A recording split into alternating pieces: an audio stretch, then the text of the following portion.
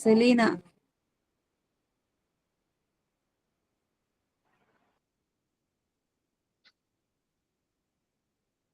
Good morning. Good morning, ma'am. Good morning, ma'am. Good morning, ma'am. Good morning, ma'am.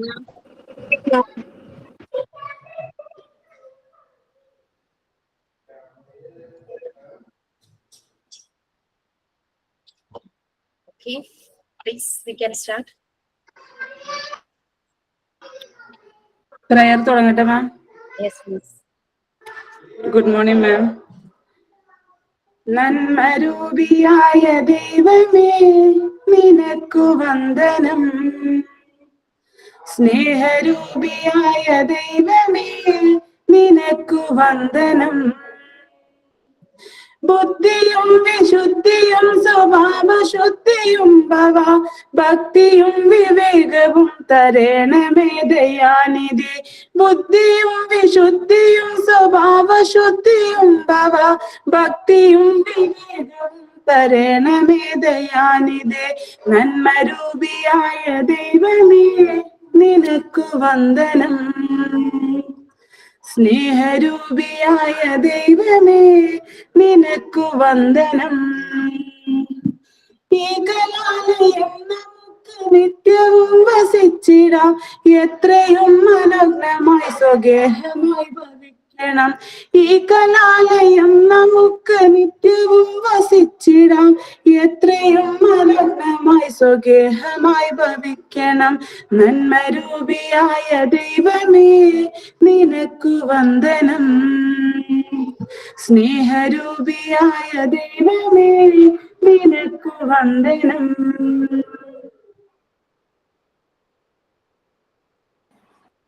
Thought of the day. What a way. It is not where you start, but how high you aim that matters for success. Nelson Mandela. Thought of the day, Mohan Shami. Good morning, ma'am. Yes, please. And good morning, everyone. ഞാനിന്ന് പറയാൻ പോകുന്നത് operation സിന്ദൂറിനെ കുറിച്ചിട്ടാണ്. പഹൽഗാമിൽ വെടിവെച്ച കേട്ട് കൊണ്ടാണ് India വിറച്ചത്.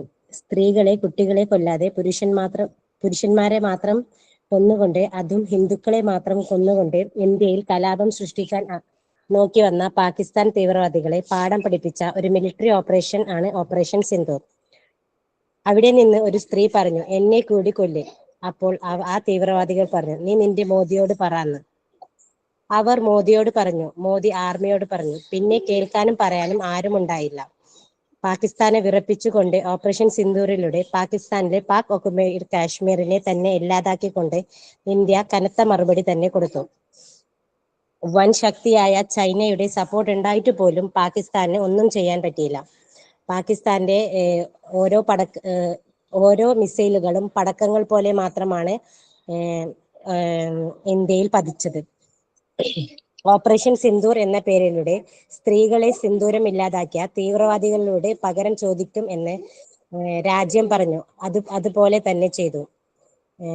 ഇന്ത്യയുടെ operation സിന്ദൂറിനെ കുറിച്ച് വിവരിക്കാൻ വേണ്ടി ഇന്ത്യ 2 സ്ത്രീകളെ തന്നെ നിയമിച്ചുകൊണ്ട് സ്ത്രീകളാണ് ഇന്ത്യയുടെ ശക്തി എന്ന് രാജ്യം വീണ്ടും തെളിയിച്ചിരിക്കുന്നു. എന്തു വന്നാലും നമ്മൾ തളരില്ല എന്ന്. ഇനി എത്ര വലുതായാലും ഇന്ത്യയുടെ ആർമിയെ മറികടന്ന് വേണം ഇന്ത്യയെ എന്തെങ്കിലും ചെയ്യാൻ എന്ന് ആർമി നമുക്ക് തെളിയിച്ചു തന്നു. നിങ്ങൾ സുഖമായി ഉറങ്ങിക്കോളൂ, ഞങ്ങൾ ഇവിടെ നിങ്ങൾക്ക് കാവലുണ്ട് എന്ന് ആർമി പറഞ്ഞു തന്നു. Big salute to Indian army, Indian navy and Indian army, Indian air force. Thank you, ma'am.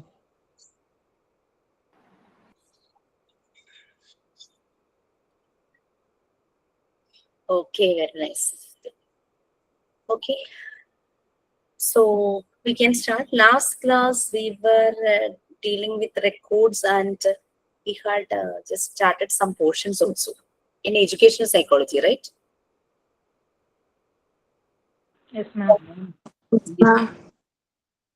Ma'am. Yes. Parnu. മാം നമ്മൾ PFA അല്ലേ ഡിസ്കസ് ചെയ്തുകൊണ്ടിരുന്നത്?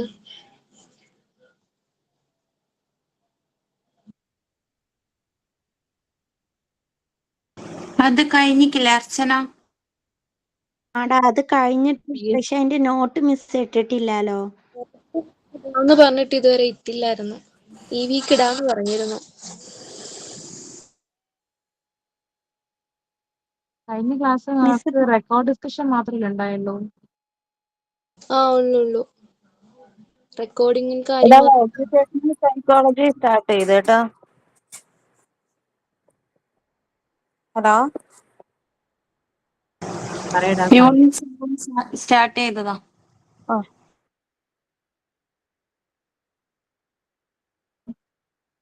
ടീച്ചർ പോയി കാണാനല്ല. സുമയ്യ ഏതോ സ്റ്റാർട്ട് ചെയ്തു എന്ന് പറഞ്ഞേ? Educational psychology. Okay okay. ഞാൻ ലാസ്റ്റ് ക്ലാസ്സിന്റെ PDF ക്ലോസ് ചെയ്തത്, അപ്പോൾ ഓൾ വിൻഡോ ക്ലോസ് ആയി പോയി. Sorry.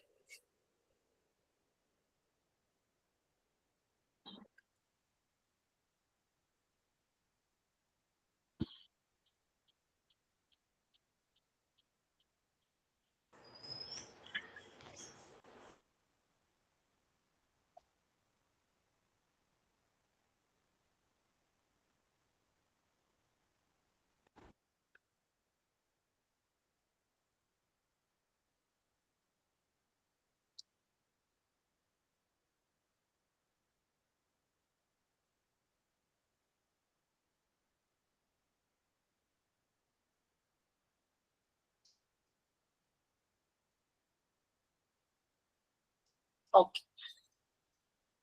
So it's educational psychology. നമ്മൾ സ്റ്റാർട്ട് ചെയ്തിരുന്നു. എക്സാമിന് PFA ഉണ്ടാകില്ല, ബട്ട് PFA എടുത്ത ബാച്ചിനൊക്കെ ഞാൻ മോക്ക് ടെസ്റ്റിൽ കൊടുത്തിട്ടുണ്ടായിരുന്നു. പിന്നെ അതുപോലെ തന്നെ ഞാൻ മോഡൽ എക്സാമിനും ഫസ്റ്റ് 1, 2, 3 ബാച്ചസിലൊക്കെ ഞാൻ അത് ക്വസ്റ്റ്യൻ കൊടുത്തിട്ടുണ്ടായിരുന്നു. കാരണം അവർക്ക് PFA അതുപോലെ എടുത്തിട്ടുണ്ടായിരുന്നു, അവർക്കത് അറിയാം. നിങ്ങൾക്ക് എനിക്കിപ്പോ ഞാൻ പിന്നെ കൊടുക്കാൻ മടിച്ചെന്താന്ന് വെച്ച് കഴിഞ്ഞാല്, ഈ ക്ലാസ്സിൽ കയറാത്തവര് വരുന്നുണ്ടല്ലോ, അവര് PDF മാത്രം റെഫർ ചെയ്ത് പോകുന്നവരുണ്ട്. അതുകൊണ്ട് ഞാൻ പിന്നീടുള്ള ബാച്ചിലൊന്നും ഞാൻ PFA മീൻസ് ക്ലാസ്സിൽ എടുത്താലും ഞാൻ ക്വസ്റ്റ്യൻ കൊടുക്കാറില്ല. PFന്റെ നോട്ട് PDF ആയിട്ട് നമുക്ക് ക്ലാസ് റൂമിൽ ഇട്ടുതരാ പറഞ്ഞിട്ടുണ്ടായിരുന്നു. ഞാൻ ഷെയർ ചെയ്തേക്കാം കേട്ടോ. Okay friends, so unit 7 educational psychology നമ്മൾ സ്റ്റാർട്ട് ചെയ്തിരുന്നോ? ഇല്ലല്ലോ.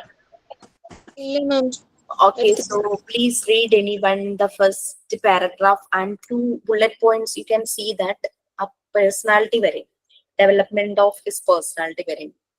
അത് ഒന്ന് റീഡ് ചെയ്യാം. ഞാൻ ഇതിനിടയ്ക്ക് എപ്പോഴും ജോളിയുടെ ശബ്ദം കേട്ടു. ജോളി എന്തോ ജോളിയാണോ എന്ന് എനിക്ക് മനസ്സിലായില്ല. എന്തോ പറയാൻ ആരോ വന്നു, അപ്പോഴാണ് ഞാൻ ലീവായി പോയത്.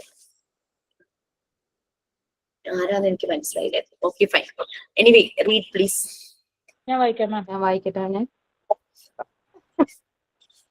ഓക്കെ, ഇനി ഉണ്ട് ബാക്കിയൊക്കെ വായിക്കാമല്ലോ. അപ്പൊ നിങ്ങൾ അതിനനുസരിച്ച് പ്ലാൻ ചെയ്തു. ആരാദ്യം, അത് കഴിഞ്ഞ ആരും. Educational psychology. വായിക്കട്ടെ. Definition of educational psychology. Educational psychology is the application of psychological finding in the fields of education. It is the systematic study of the development of the individual within the educational setting. According to Charles E. Skene, educational psychology deals with the behavior of human beings in educational situations. Thus, educational psychology is a behavioral science with 2 main references: human behavioral and education. It aims to produce attractive changes in a child for the all-round development of his personality. എത്ര മതി മാം? Okay, സൈക്കോളജിയുടെ നമ്മൾ കഴിഞ്ഞ ചാപ്റ്ററിൽ പറഞ്ഞു വന്നപ്പോ psychology എന്ന് കേൾക്കുമ്പോ പണ്ട് ഒരു എല്ലാരും ഇങ്ങനെ കാണിക്കുന്ന ഒരു ഇതുണ്ടായിരുന്നു. പക്ഷെ ഇപ്പൊ അത് വളരെ പോസിറ്റീവായിട്ട് അതിന്റെ ആപ്ലിക്കേഷൻസ്, അപ്ലൈഡ് സയൻസ് എന്നുള്ള രീതിയിൽ അത് മുന്നോട്ട് പോവുകയാണ്. ഒരു സയൻസ് തന്നെയാണ് അല്ലെ. the study of human mind and behavior. അപ്പൊ എഡ്യൂക്കേഷണൽ സൈക്കോളജി എന്ന് പറഞ്ഞാൽ അതിന്റെ ആപ്ലിക്കേഷൻ ഇൻ എഡ്യൂക്കേഷണൽ സെറ്റിംഗ്സ്, അതാണ് എഡ്യൂക്കേഷണൽ സൈക്കോളജി എന്ന് പറയുന്നത്. Systematic study of the development of the individual within the educational setting. Educational സെറ്റിംഗിൽ വരുന്ന ആളുകൾ എന്ന് പറയുന്നത് സ്റ്റുഡൻസ്, ടീച്ചർ, അല്ലെ, എനിവേ ആ രണ്ട് ഫാക്ടേഴ്സ് ആ ഒരു സെറ്റിംഗ്സിൽ മെയിൻ ആയിട്ടുണ്ട്. പിന്നെയും ഉണ്ട്. അപ്പൊ നമുക്ക് ഇതിൽ വരുന്ന ഒരു കീ ഫാക്ടേഴ്സ് എന്ന് പറഞ്ഞു കഴിഞ്ഞാല് സ്റ്റുഡന്റ്, ടീച്ചർ എന്നുള്ളതിന് പകരം ലേണർ, ടീച്ചർ, ഫെസിലിറ്റേറ്റർ, അല്ലെ, ലേണർ ഉണ്ട്, ഫെസിലിറ്റേറ്റർ ഉണ്ട്. പിന്നെ അവർ രണ്ടുപേരും കൂടെ മീറ്റ് ചെയ്യുന്ന ആ ഒരു എൻവയോൺമെന്റ്, അത് ക്ലാസ് റൂം ആയിരിക്കാം, ചിലപ്പോൾ ഇതുപോലുള്ള ഓൺലൈൻ പ്ലാറ്റ്ഫോം ആയിരിക്കും. ആ ഒരു ലേണിംഗ് എൻവയോൺമെന്റ് മൂന്നാമത്തെ factor. First learner, facilitator, then learning environment, then അവർ രണ്ടുപേരും കൂടെ പോകുന്ന പ്രോസസ്, ലേണിംഗ് പ്രോസസ്. ആ ഒരു പ്രോസസ്, അല്ലെ, ആ ഒരു ലേണിംഗ് പ്രോസസ്സിലൂടെ പോകുമ്പോൾ രണ്ടുപേരും പല കാര്യങ്ങളും എക്സ്പീരിയൻസ് ചെയ്യുന്നു. So learning experience. അങ്ങനെ 5 കീ ഫാക്ടേഴ്സ് ആണ് നമുക്ക് എഡ്യൂക്കേഷണൽ സെറ്റിംഗ്സിൽ വരുന്നത്. ക്ലിയർ ആയോ? 5 കീ ഫാക്ടേഴ്സ് ഉണ്ട് എഡ്യൂക്കേഷണൽ സെറ്റിംഗ്സിൽ. എഡ്യൂക്കേഷണൽ സൈക്കോളജി ശരിക്കും എഡ്യൂക്കേഷണൽ സെറ്റിംഗ്സിൽ അതിന്റെ ഒരു ആപ്ലിക്കേഷൻ ആണ്. അപ്പൊ ആ ഒരു എഡ്യൂക്കേഷണൽ സൈക്കോളജിയുടെ ആ ഒരു നേച്ചർ ഇങ്ങനെയാണ് സമറൈസ് ചെയ്തിരിക്കുന്നത്. അതിന്റെ 5 കീ ഫാക്ടേഴ്സിലാണ് സമറൈസ് ചെയ്തിരിക്കുന്നത്. 5 കീ ഫാക്ടേഴ്സ് ആണ് നമ്മൾ പറഞ്ഞ ലേണർ, മലയാളത്തിൽ പറയുകയാണെങ്കിൽ പഠിതാവ്, അല്ലെ, ലേണർ, ഫെസിലിറ്റേറ്റർ, ലേണറെ സപ്പോർട്ട് ചെയ്യുന്ന, ഗൈഡ് ചെയ്യുന്ന ഒരു ഡേറ്റ കോച്ച്, അല്ലെ, ഇൻഫർമേഷൻസ് പ്രൊവൈഡ് ചെയ്യുന്ന ഒരു ഡേറ്റ കോച്ച്. ഈ ലേണറും ഫെസിലിറ്റേറ്ററും തമ്മിലുള്ള ഇന്ററാക്ഷൻ നടക്കുന്ന ലേണിംഗ് എൻവയോൺമെന്റ് ക്ലാസ് റൂം ആകാം, ഇതുപോലുള്ള പ്ലാറ്റ്ഫോംസ് ആകാം.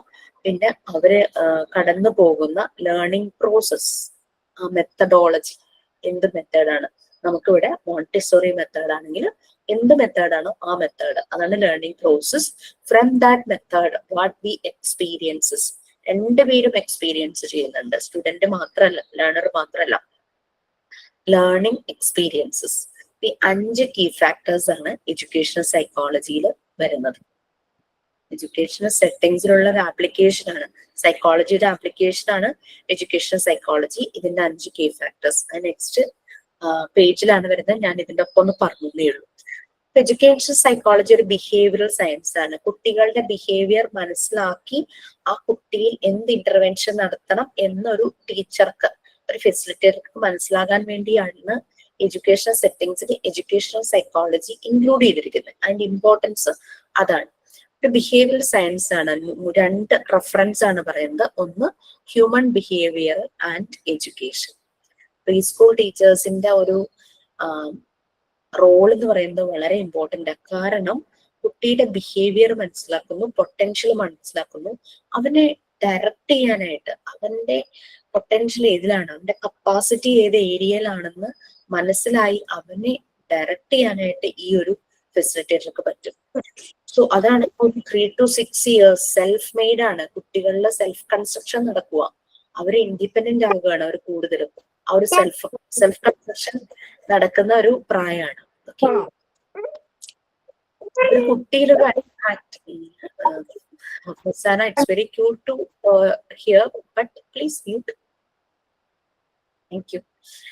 ഓക്കെ, അത് കുട്ടികളിലൊരു അട്രാക്റ്റീവ് ചേഞ്ചസ് ഉണ്ടാക്കുന്നു for all round development of his personality. കുട്ടീൻ്റെ ആ ഒരു പേഴ്സണാലിറ്റി, അല്ലാണ്ട് അഡൾട്ട് ആയതിനു ശേഷം പോയിട്ട് നന്നാക്കാം ആ ഒരു രീതിയല്ല. ഫ്രം ദ ഗ്രാസ് റൂട്ടിൽ നിന്നേ തുടങ്ങണം. ഈ കതിരിന്മേൽ വളം വെച്ചിട്ട് കാര്യമില്ല എന്ന് പറയുമല്ലോ. നെക്സ്റ്റ് 2 പാരഗ്രാഫ്സ് ആരെങ്കിലും വായിക്കാമോ? ഞാൻ വായിക്കാം മാം.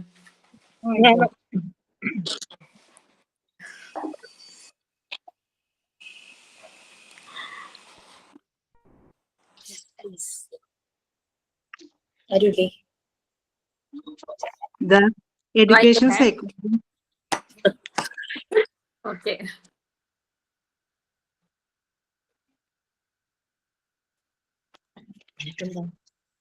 This education psychology is primarily concerned with understanding the process of teaching and learning that plays within format surroundings and developing ways of improving those methods. It covers It covers important topics like learning theory, teaching methods, motivations, cognitive, emotional, and moral development, parent-child relationship, etc.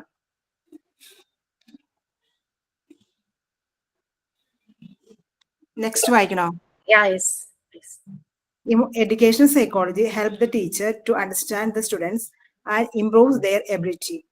The field of educational psychology involves the study of memory, theoretical process, and individual differences, cognitive psychology, in conceptualizing new strategies for learning process in humans. Educators change the teaching methods and environment so that the maximum number of students is served in the general education environment. Next വേണോ? Next വായിക്കണം. വേണ്ട. Okay. അപ്പോൾ education psychology deal ചെയ്യുന്നത് just that learning process, teaching process, അതെല്ലാമാണ് deal ചെയ്യുന്നത്. ആ surroundings, നമ്മൾ പറഞ്ഞ ലേണിംഗ് എൻവയോൺമെന്റ്, പിന്നെ ഈ ഒരു മെത്തേഡ് ഇംപ്രൂവ് ചെയ്യാൻ എന്തെല്ലാം കാര്യങ്ങൾ ഡെവലപ്പ് ചെയ്യണം. ഇപ്പൊ ചിലപ്പോ ഇപ്പൊ നമ്മളുടെ ഇവിടെ തന്നെ ഫസ്റ്റ് ബാച്ചിൽ നമ്മൾ പ്രൊവൈഡ് ചെയ്യുന്നതിനേക്കാളും കുറച്ചുകൂടെ അപ്ഡേറ്റഡ് ആക്കിയിട്ടുണ്ടാവും. നമുക്ക് മനസ്സിലാവും ഇങ്ങനെ ചെയ്താൽ നന്നായിരിക്കും, ആ ഒരു രീതിയിലൊക്കെ മനസ്സിലായി. ഞാൻ ഫേസ് ചെയ്ത ഒരു പ്രോബ്ലം എന്താന്ന് വെച്ച് കഴിഞ്ഞാൽ, എല്ലാരും ചെയ്യുന്ന ഒരു, ഞാൻ അതിനെ അബദ്ധമേ വിളിക്കുള്ളൂ. വിളിക്കാനുള്ള കാരണം ഉണ്ട്, കിട്ടി കഴിയുമ്പോ പേരങ്ങ് മാറ്റും, തന്നെ മാറ്റുന്ന കേട്ടോ. ഹസ്ബൻഡിന്റെ പേരങ്ങ് സർനെയിം ആക്കും. എന്നിട്ട് നമ്മുടെ ഇൻസ്റ്റിറ്റ്യൂട്ടിൽ അവര് ജോയിൻ ചെയ്യുന്ന സമയത്ത് ആ പേര് കൊടുക്കും. ബട്ട് നമ്മൾ സർട്ടിഫിക്കറ്റ് ആവുമ്പോഴേക്കും നമുക്ക് ഒഫീഷ്യൽ നെയിം ആണ് വേണ്ടത്, അതായത് നമ്മുടെ 10th ആ ഒരു സർട്ടിഫിക്കറ്റിലെ പേര്. അപ്പോൾ ആ സമയത്ത് ആ പേര് കൊടുക്കും. ഇതൊന്നും അറിയാതെ ഞാൻ വൈവ കണ്ടക്ട് ചെയ്യും. അപ്പൊ വൈവയിൽ വരുന്നത് ഫസ്റ്റ് ഇവർ അഡ്മിഷൻ എടുത്ത പേരായിരിക്കും. അപ്പോൾ അഡ്മിഷൻ എടുത്ത പേരിൽ ഞാൻ അത് എൻ്റർ ചെയ്യും. ആ പേര് എൻ്റർ ചെയ്ത് സ്പ്രെഡ്ഷീറ്റിൽ ഞാൻ എൻ്റർ ചെയ്ത് കൊടുക്കും. അപ്പൊ ഈ മാർക്ക് ലിസ്റ്റ് റെഡിയാക്കുന്ന, സർട്ടിഫിക്കറ്റ് റെഡിയാക്കുന്ന ടീമുണ്ട്, അവർ ഞാൻ ഈ എൻ്റർ ചെയ്ത പേര് നോക്കും. അപ്പൊ അവര് നോക്കുമ്പോൾ ഇവർക്ക് മാർക്ക് ലിസ്റ്റിൽ കൊടുക്കേണ്ടത് ഒഫീഷ്യൽ നെയിമിന്റെ ലിസ്റ്റ് ആയിരിക്കും ഇവരുടെ കയ്യിലിരിക്കുന്നത്. ആ ഒരു ഇതുമായിട്ട് മാച്ച് ആകാതെ കുറേ പേരുടെ പേര് ഇന്നലെ എനിക്ക് അയച്ചു തന്നേക്കുവാ, ഇവരുടെ ഒന്നും മാർക്ക് കിട്ടിയിട്ടില്ല എന്ന് പറഞ്ഞിട്ട്. അവസാനം ഞാൻ അവരുടെ തന്നെ പല പേരിലുള്ള പേരുകളിൽ വിളിച്ചിട്ട് ഞാൻ കൺഫേം ചെയ്യാം, ഇതാണോ നിങ്ങളുടെ ഒരു ഒറിജിനൽ പേര്, ഇതാണോ നിങ്ങളുടെ ഒറിജിനൽ പേര് എന്ന് പറഞ്ഞിട്ട്. ഭയങ്കര ബുദ്ധിമുട്ടായി പോയി, നല്ല വിഷമിച്ചു ഈ പരിപാടി.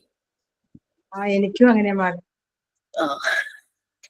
ഭയങ്കര ബുദ്ധിമുട്ടിയായിരുന്നു. അപ്പം ഞാൻ പറയുമായിരുന്നു, ഇനി അഡ്മിഷൻ എടുക്കുന്ന സമയത്ത് നിങ്ങളുടെ ഒഫീഷ്യൽ നെയിം തരൂ എന്ന് പറയാൻ ഞാൻ റിക്വസ്റ്റ് ചെയ്തിട്ടുണ്ട്. കാരണം അല്ലെങ്കിൽ പണിയിട്ട് അസൈൻമെന്റ് സബ്മിറ്റ് ചെയ്യുമ്പോൾ ഇതേ പ്രോബ്ലം അസൈൻമെന്റ് വാല്യൂ ചെയ്യുന്ന ടീം ഫേസ് ചെയ്യുന്നുണ്ട്.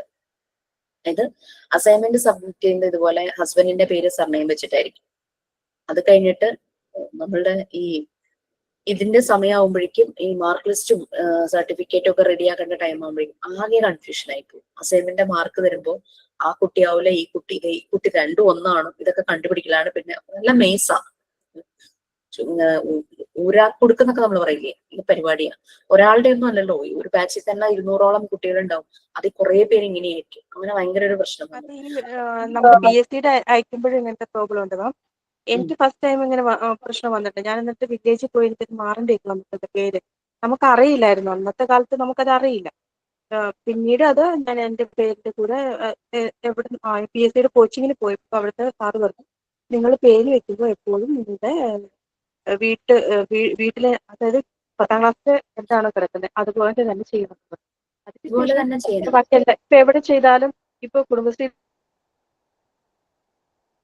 ഇത് പ്രശ്നം എന്താണെന്ന് വെച്ചാൽ ആധാർ കാർഡ് ചെയ്യുമ്പോഴുണ്ടല്ലോ, ഇവരെല്ലാരും ഈ ഹസ്ബൻഡിന്റെ പേര് സർനെയിമായിട്ട് വെച്ച് ആധാർ കാർഡ് ചെയ്യും. ആധാർ കാർഡ് ചെയ്യും. അപ്പൊ എന്താ പറ്റുന്ന വെച്ചാൽ ആധാർ കാർഡ് എന്ന് പറഞ്ഞാൽ എല്ലാ കാര്യങ്ങളും ചെയ്യുന്നത് മാം, മിക്ക കാര്യങ്ങളും ചെയ്യുന്നത് ഹസ്ബൻഡ് ആയിരിക്കും. അതാണ് ഇങ്ങനത്തെ വലിയൊരു പ്രോബ്ലം വരുന്നത്. നമ്മൾ സ്ത്രീകൾ അങ്ങനെ പുറത്തോട്ടിറക്കി ഒരു കാര്യം ചെയ്യാൻ സമ്മതിക്കില്ല. അപ്പൊ ഇവര് ചെയ്യുമ്പോൾ ഇവരുടെ പേര് വെച്ചിട്ടാണ് കാര്യങ്ങൾ അവര് ചെയ്യുന്നത്. അല്ലെങ്കിൽ അത് വീട്ടിൽ വലിയ പ്രശ്നം. അതുകൊണ്ട് ഇവരും അറിവില്ലായ്മ കൊണ്ട് സംഭവിക്കുന്ന കേട്ടോ കൂടുതലും. അല്ല, ഇത് പ്രശ്നം എന്താണെന്ന് വെച്ചാൽ എന്നെ MT4 ഒരു കുട്ടി വിളിച്ചിട്ട്, മാം എന്റെ പേര് ഇതാണ്, ഹസ്ബൻഡിന്റെ പേരും കൂടെ ചേർത്തിട്ട് ഈ പേരിലാണ് ഞാൻ ആദ്യം അഡ്മിഷൻ എടുത്തതെന്നൊക്കെ പറഞ്ഞു. സർട്ടിഫിക്കറ്റിലെ പേര് കൊടുക്കണം, ഞാൻ ഏത് പേര് കൊടുക്കണം എന്ന് എന്നോട് ചോദിച്ചു. ഞാൻ പറഞ്ഞു വെരി ഗുഡ്, കൺഗ്രാറ്റുലേഷൻ എന്നൊക്കെ ഞാൻ ആദ്യം പറഞ്ഞു. എന്നിട്ട് ഞാൻ പറഞ്ഞു നമ്മുടെ കേരളത്തിൽ കുഴപ്പമില്ല. കേരളത്തിൽ ഈ അബദ്ധം എല്ലാരും ചെയ്യുന്നുള്ളത് കേരളത്തിലെ എല്ലാ സ്കൂളുകാർക്കും ഒക്കെ അറിയാൻ പറ്റും. ഇപ്പൊ ഒരു മാനേജ്മെന്റ് സ്കൂളിലൊക്കെ നമ്മൾ പോവാണെങ്കിൽ പ്രശ്നമില്ല. പക്ഷെ നിങ്ങൾ ഗൾഫ് കൺട്രീസ്, യൂറോപ്യൻ കൺട്രീസിൽ പോയി കഴിഞ്ഞാൽ ഇത് ഏതാണ്ട് ഒരു ക്രൈം പോലെ അവർ കാണുക. 2 പേരിൽ 2 സർട്ടിഫിക്കറ്റ്. 10th ഒരു സർട്ടിഫിക്കറ്റ് ഒരു പേര്, +2 വേറെ പേര്, ഡിഗ്രിക്ക് വേറെ പേര്, ആധാർ കാർഡിൽ വേറെ പേര്, ഇത് മോണ്ടിസോറി ആണെങ്കിൽ ഇതാണ് ക്വാളിഫിക്കേഷൻ, അതിൽ വേറെ പേര്. ഞാൻ പറഞ്ഞ മെഡിക്കി എന്ന് പറഞ്ഞു വിട്ടു. ഞാനിത് പറയാൻ കാരണം എന്റെ ഒരു ഫ്രണ്ട് സ്കൂൾ മേറ്റ് ആണ്. കുട്ടി 18 വയസ്സായപ്പോഴേ കല്യാണം കഴിഞ്ഞു. ആ ഒരു സ്പിരിറ്റിൽ പേരങ്ങ് മാറ്റി ഹസ്ബൻഡിന്റെ പേരാക്കി. എല്ലാത്തിലും ഹസ്ബൻഡിന്റെ പേര് ചേർത്തു. ബാങ്ക് അക്കൗണ്ട് എല്ലാം സ്റ്റാർട്ട് ചെയ്തത് ഹസ്ബൻഡിന്റെ പേര്. ഡിവോഴ്സ് ആയി കഴിഞ്ഞപ്പോഴേക്കും എല്ലാ ഡോക്യുമെന്റ്സിലും എക്സ് ഹസ്ബൻഡിന്റെ പേര്. അത് മാറ്റാൻ ബുദ്ധിമുട്ടാണ്, കാരണം എല്ലാത്തിലും മാറ്റണ്ടേ. അത് കാരണം ഒഫീഷ്യൽ പേര് എക്സ് ഹസ്ബൻഡിന്റെ പേരിനോട് ചേർത്തിട്ട്, പക്ഷെ ശരിക്കും പറഞ്ഞു കഴിഞ്ഞാല് ആ ഹസ്ബൻഡ് ഡിവോഴ്സ് ആയുള്ളത്. അതാണ് കഥ.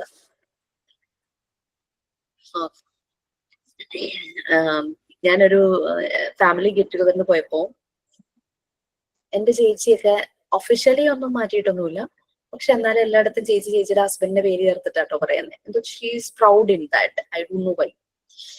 നിങ്ങൾ വിചാരിക്കണ്ട ഞാൻ ഭയങ്കര റിബലാന്ന്.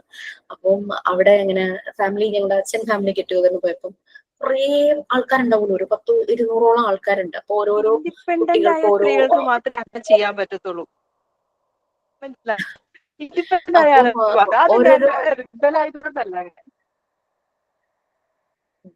ഓരോരോ കുട്ടികൾക്ക് ഓരോ മൊമെന്റ് കൊടുക്കാനായിട്ട് ഓരോരുത്തരെ ഇൻവൈറ്റ് ചെയ്യുമല്ലോ. അപ്പൊ എന്റെ ചേച്ചിയുടെ ഹസ്ബൻഡിന്റെ പേര് ചേർത്തിട്ടാണ് അവിടെ വിളിച്ചത്. അത് കഴിഞ്ഞപ്പോ ഞാൻ ഒരു ഹാഫ് ആൻ അവർ അവിടെ ഒരു ചെറിയൊരു ഇന്ററാക്റ്റീവ് സെഷൻ നടത്തിയിട്ടുണ്ടായിരുന്നു. അപ്പൊ അതിന് എന്നോട് വന്നിട്ട് പേര് കൺഫേം ചെയ്യാനായിട്ട് ആങ്കർ ചെയ്യുന്ന കുട്ടി എന്നോട് വന്നിട്ട് ചോദിച്ചിട്ട് എന്റെ ഹസ്ബൻഡിന്റെ പേരും കൂടെ ചേർത്തിട്ട് ഇതല്ലേ പേരെന്ന് ചോദിച്ചു. ഞാൻ പറഞ്ഞു ഇതല്ല പേരെന്ന് പറഞ്ഞിട്ട് ജിഷ KS അതാണ് എന്റെ പേരെന്ന് പറഞ്ഞു. അങ്ങനെ അനൗൺസ് ചെയ്താൽ മതി എന്ന് പറഞ്ഞു.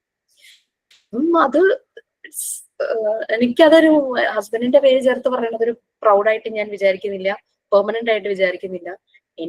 എന്റെ അസ്തിത്വം എന്റെ ഈ പേരാ. അപ്പൊ ആ പേരിൽ പറഞ്ഞാൽ മതി. ഞാനൊരു 10-25 വയസ്സ് വരെ ജിഷ KS എന്ന് അറിഞ്ഞിട്ട് പിന്നെ ജിഷ ദീപക് ആവാൻ എനിക്ക് ഒരു താല്പര്യമില്ലായിരുന്നു. അതുകൊണ്ട് ഞാൻ ഒരിടത്തും പേര് മാറ്റിയിട്ടില്ല. എന്റെ ആധാർ കാർഡിലൊക്കെ മാറ്റി എന്ത് ചെയ്യുന്ന അറിയില്ല. എന്റെ ഹസ്ബൻഡുമാര് അവിടെ നിക്കണ്ടെങ്കിൽ എന്നെ നോക്കി കണ്ടിട്ടുണ്ടാവും അല്ലെ, ചീത്തറുണ്ടാവും. എനിക്കത് അതിനോട് ഒരു ഒട്ടും താല്പര്യം. ആ സമയത്തൊക്കെ എല്ലാവർക്കും നമ്മുടെ ഹസ്ബൻഡിന്റെ പേരും നമ്മുടെ പേരും ഒക്കെ മാറ്റി നമ്മൾ വേറെ സ്ഥലത്തേക്ക് കല്യാണം കഴിച്ചു വന്നേക്കണം. അപ്പൊ നമ്മുടെ ആ NRC ഒക്കെ വന്ന സമയത്ത് ഭയങ്കര ഇഷ്യൂ ആയിരുന്നല്ലോ. എന്നിട്ട് പോലും ഞാൻ എന്റെ ഹസ്ബൻഡിന്റെ പേര് മാറ്റിയിട്ടില്ല. എന്റെ വാപ്പച്ചിയുടെ പേര് തന്നെ എന്റെ എല്ലാത്തിലും കിടക്കുന്നത് ഇപ്പോഴും. ഒരു 10-25 വയസ്സ് വരെ ഒരു പേര്, അത് കഴിയുമ്പോൾ അറ്റ്ലീസ്റ്റ് ഒരു ലെറ്റർ മാറുമ്പോ തന്നെ വ്യത്യാസമില്ല. പിന്നെ ന്യൂമറോളജി ഒക്കെ വെച്ചിട്ട് ആൾക്കാർ പേരൊക്കെ മാറ്റുന്നുണ്ട്, അതും ഇതും ഡിഫറെന്റ് ആണല്ലോ. ഞാൻ ഒരു 9th വരെ എടുത്തൊരു കുട്ടി ഉണ്ടായിരുന്നേ, ശ്രീമുരുകൻ എന്നായിരുന്നു എന്റെ പേര്. എന്റെ കുട്ടികൾ പഠിക്കുന്ന സ്കൂളിൽ തന്നെ. പിന്നെ എനിക്ക് അവന് ട്യൂഷൻ എടുക്കാൻ പറ്റിയില്ല. ഞാൻ സ്കൂൾ ഗ്രൂപ്പില് റിസൾട്ട് വന്നതിൽ ഇവന്റെ പേര് കാണുന്നില്ല കേട്ടോ. അപ്പൊ ഞാൻ ഇവന്റെ അമ്മോട് ചോദിച്ചു, മോൻ സ്കൂൾ മാറിയോ, അവന്റെ പേര് കാണുന്നില്ലല്ലോ. ഇപ്പോഴവര് പറഞ്ഞു അവൻ പേര് മാറ്റി വൈഷ്ണവനാക്കി എന്ന് പറഞ്ഞു. അതൊക്കെ നമ്മള് പേര് മാറ്റുവാണ്, പക്ഷെ എന്നാലും ആ പേരൊന്ന് യൂസ്ഡ് ആകാൻ കുറേ ടൈം എടുക്കും അല്ലെ. അതൊരു ചടങ്ങ്. പക്ഷെ ഇതൊരു നമ്മളുടെ ലൈഫിന്റെ ഒരു പകുതി വരെ നമ്മൾ ആ ഒരു പേരിൽ അറിയപ്പെട്ടിട്ട് പെട്ടെന്ന് പേരിന്റെ വാല് മാറ്റുക എന്നൊക്കെ പറയുമ്പോൾ അതൊരു സുഖം തോന്നില്ല. ഇങ്ങനത്തെ പ്രശ്നങ്ങൾ വരുന്നുണ്ട്. അതായത് SLC ബുക്കിൽ ഒരു പേര്, നിങ്ങൾ മോണ്ടിസോറി അഡ്മിഷൻ എടുക്കുമ്പോൾ വേറൊരു പേര് കൊടുക്കുമ്പോൾ സർട്ടിഫിക്കറ്റിന്റെ സമയമാകുമ്പോൾ ഇവിടെ നിന്ന് ഒരു കൺഫർമേഷന് വേണ്ടിയിട്ട് ഇവർ എന്തായാലും നമ്മുടെ ഓഫീസിൽ വിളിക്കും. പക്ഷെ എന്നാലും ഇനീഷ്യലി നമ്മൾ ഒരു കോഴ്സ് ഒക്കെ ചെയ്യുമ്പോൾ നമ്മുടെ സർട്ടിഫിക്കറ്റിലുള്ള പേര് തന്നെ പ്രൊവൈഡ് ചെയ്യാൻ നോക്കുക. കാരണം അല്ലെങ്കിൽ അത് ഭയങ്കര ബുദ്ധിമുട്ടാണ്. ഒരു ഇന്റർവ്യൂവിന് ചെല്ലുമ്പോൾ വിളിച്ചിട്ടുണ്ടായിരുന്നല്ലോ, പേര് നമ്മുടെ സർട്ടിഫിക്കറ്റ് SLC ബുക്കിലുള്ള നെയിം അങ്ങനെ തന്നെ ഇടാൻ പറഞ്ഞിട്ട് നേരത്തെ തന്നെ പറഞ്ഞിട്ടുണ്ടായിരുന്നു. സർട്ടിഫിക്കറ്റ് റെഡിയാക്കാൻ വേണ്ടിട്ടാന്ന് പറഞ്ഞു. ഒരു 2 മാസം ഉണ്ടാവും. ഫസ്റ്റ് ഈ ബുദ്ധിമുട്ട് കണ്ടിട്ട് അവര് ചെയ്തതായിരിക്കും കേട്ടോ അത്. കാരണം എന്താണെന്ന് വെച്ചാൽ നിങ്ങൾ ഒരു ഇന്റർവ്യൂവിന് പോകുമ്പോൾ SLC ബുക്കിൽ ഒരു പേര് അല്ലെങ്കിൽ പേര് മാറ്റുവാണെങ്കിൽ SLC ബുക്ക് തുടങ്ങിയേ മാറ്റണം. അങ്ങനെയാകുമ്പോ പ്രശ്നമില്ല. മാം അഡ്രസ്സിന്റെ കേസിലും അങ്ങനെ തന്നെയാണോ? നമ്മൾ കൊടുക്കുമ്പോ നമ്മളുടെ അഡ്രസ്സ് ആദ്യത്തെ SLC ബുക്കിലുള്ള ആ അഡ്രസ് തന്നെയാണോ കൊടുക്കേണ്ടത്? അഡ്രസ് കറസ്പോണ്ടൻസിനുള്ള നമ്മുടെ പ്രസന്റ് അഡ്രസ് കൊടുക്കൂ. കാരണം അത് നമുക്ക് പോസ്റ്റലോ പെർമനന്റ് കൊറിയറോ അഡ്രസ് എന്ന് പറഞ്ഞിട്ട് കൊടുക്കുന്നില്ലേ, പറയുന്നില്ലേ പെർമനന്റ് അഡ്രസ് എന്ന് പറഞ്ഞ സംഭവമുണ്ട് എവിടെയാണെങ്കിലും. പിന്നെ കമ്മ്യൂണിക്കേഷൻ അഡ്രസ്, അങ്ങനെയാണ് 2 അഡ്രസ് അവർ ചോദിക്കുന്നുണ്ട് എവിടെ ഏത് ഇതിലായാലും.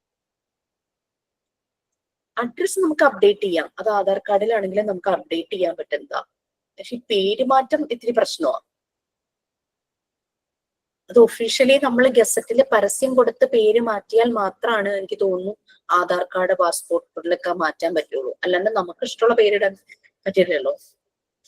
ഓക്കെ സോ ഓക്കെ അപ്പൊ നമ്മള് ഇപ്പൊ ഇതിന്റെ കാര്യം പറയായിരുന്നു. നമ്മൾ ഓരോ പ്രാവശ്യം ഇമ്പ്രൂവ് ചെയ്യുന്നതിന്റെ പറഞ്ഞപ്പോ ഞാൻ ഇങ്ങനെ ഒരു ബുദ്ധിമുട്ട്, അത് ഞാൻ ഒരാളല്ല, ഇതിന്റെ പുറകിൽ കുറെ ടീമുണ്ട് ഈ സർട്ടിഫിക്കറ്റ് മാർക്ക് ലിസ്റ്റ് ഒക്കെ ചെയ്യുന്നതേ. പലരും ഉറക്കം കളഞ്ഞിട്ടൊക്കെ ഇരുന്ന ചെയ്യുന്നത്. അപ്പൊ നമ്മൾ ഈ പേര് കാരണം നമ്മൾ അനുഭവിച്ച കുറേ ബുദ്ധിമുട്ടുണ്ടായിരുന്നു. അപ്പൊ ഞാൻ ഇനി വരുന്ന ബാച്ചിനോട് പറയുമ്പോ അത്രയും നമുക്ക് ഈസി ആവുമല്ലോ. അപ്പൊ അതുകൊണ്ട് പറഞ്ഞ അത് തന്നെയായിരിക്കും ഓഫീസിൽ നിന്ന് അവരും വേഗം വിളിച്ച് കറക്റ്റ് പേര് വയ്ക്കുന്നത്. നോക്കുമ്പോ സൗമ്യ ഫ്രാൻസിസ്, സൗമ്യ ജോസഫ്, ഈ രണ്ടും ഒന്നാണോ എന്ന് നമുക്ക് ഉറപ്പില്ലല്ലോ. പക്ഷെ ഞാൻ ഓൾറെഡി വൈവ നടത്തി സൗമ്യ ഫ്രാൻസിസ് എന്ന് പറഞ്ഞ് ഞാൻ മാർക്ക് ഇട്ട് കഴിഞ്ഞു.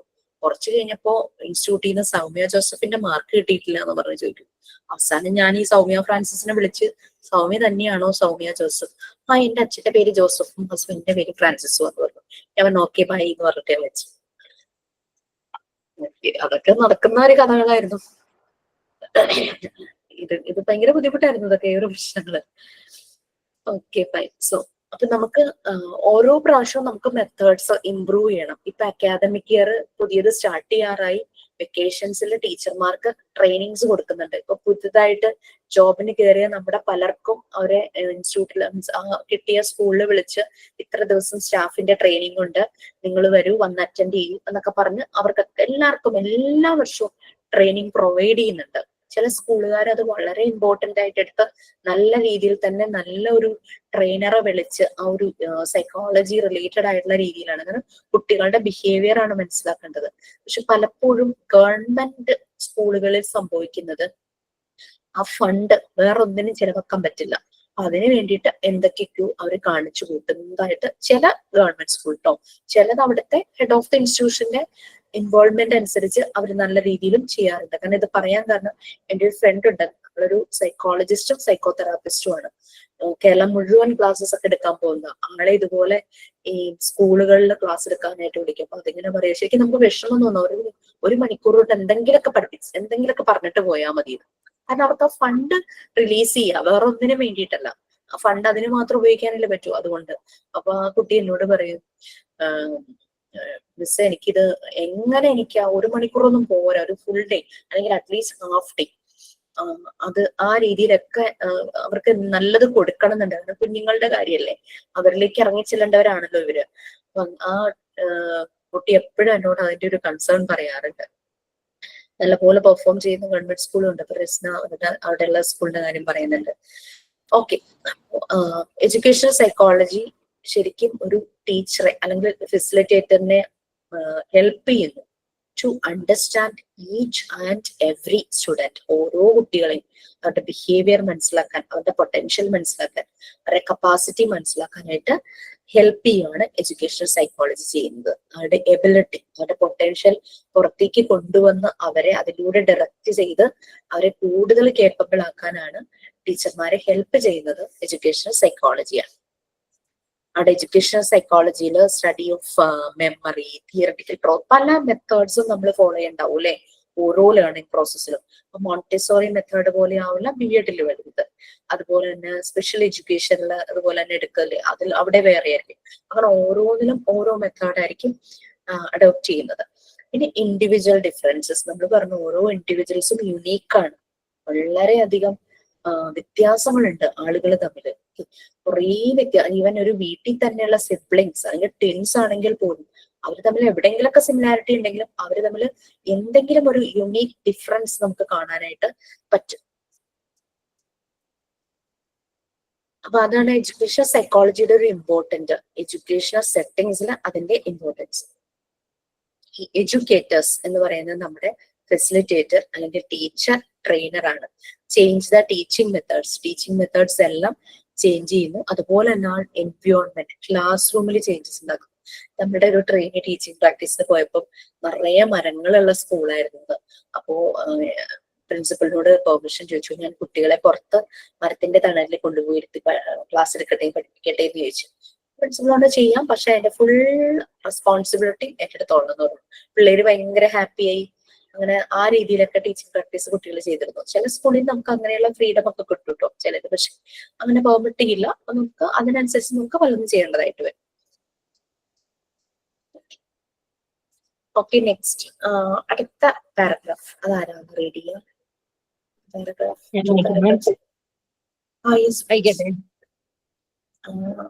എത്ര വായിക്കണമെന്ന് പറയാം. ഇവിടെ വരെ അറ്റൻഷൻ വരെ വായിക്കണേ. The educational psychologist studies individual difference of students and devise special education programs for the students of exclusive needs. Special educators provide a continuity of service in which students with special needs receive varying degrees of support based on their individual needs. Common special needs include learning disabilities, communication disabilities, emotional and behavioral disorders, social disabilities, and developmental disabilities. Students with these kinds of special needs are likely to benefit from the additional educational services such as different paths to teaching, the use of technology, a specifically suitable teaching area, or a resource room. The Montessori method of education itself is a method which helps the especially needed students to a large extent, as it is a method based on individual attention. Okay, Anna? Yeah, yes.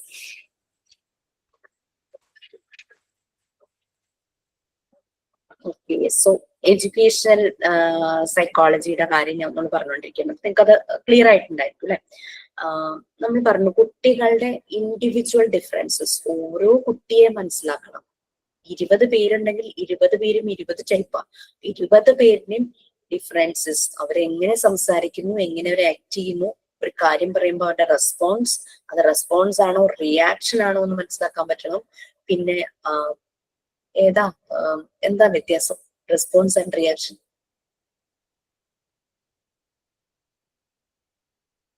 എന്താ നമ്മൾ ചെയ്യേണ്ടത്? Respond ചെയ്യുകയാണോ വേണ്ടത്, react ചെയ്യുകയാണോ വേണ്ടത്? Respond ചെയ്യും. ഇതൊരു positive വേ ആണ്. റിയാക്ഷൻ എന്ന് പറഞ്ഞു കഴിഞ്ഞാല് സംടൈംസ് അത് ഭയങ്കര ഒരു നെഗറ്റീവ് വേയിലേക്ക് പോവാറുണ്ട്. സോ കുട്ടികളുടെ റെസ്പോൺസ് ആണോ റിയാക്ഷൻ ആണോ നമ്മൾക്ക് എല്ലാം ഓരോ മൈന്യൂട്ട് കാര്യങ്ങളും നമുക്ക് മനസ്സിലാകണം. അതിന് നമ്മളെ ഹെൽപ്പ് ചെയ്യുന്ന തന്നെയാണ് എഡ്യൂക്കേഷൻ സൈക്കോളജി. ഇൻഡിവിജ്വൽ ഡിഫറൻസസ് മനസ്സിലാക്കുക.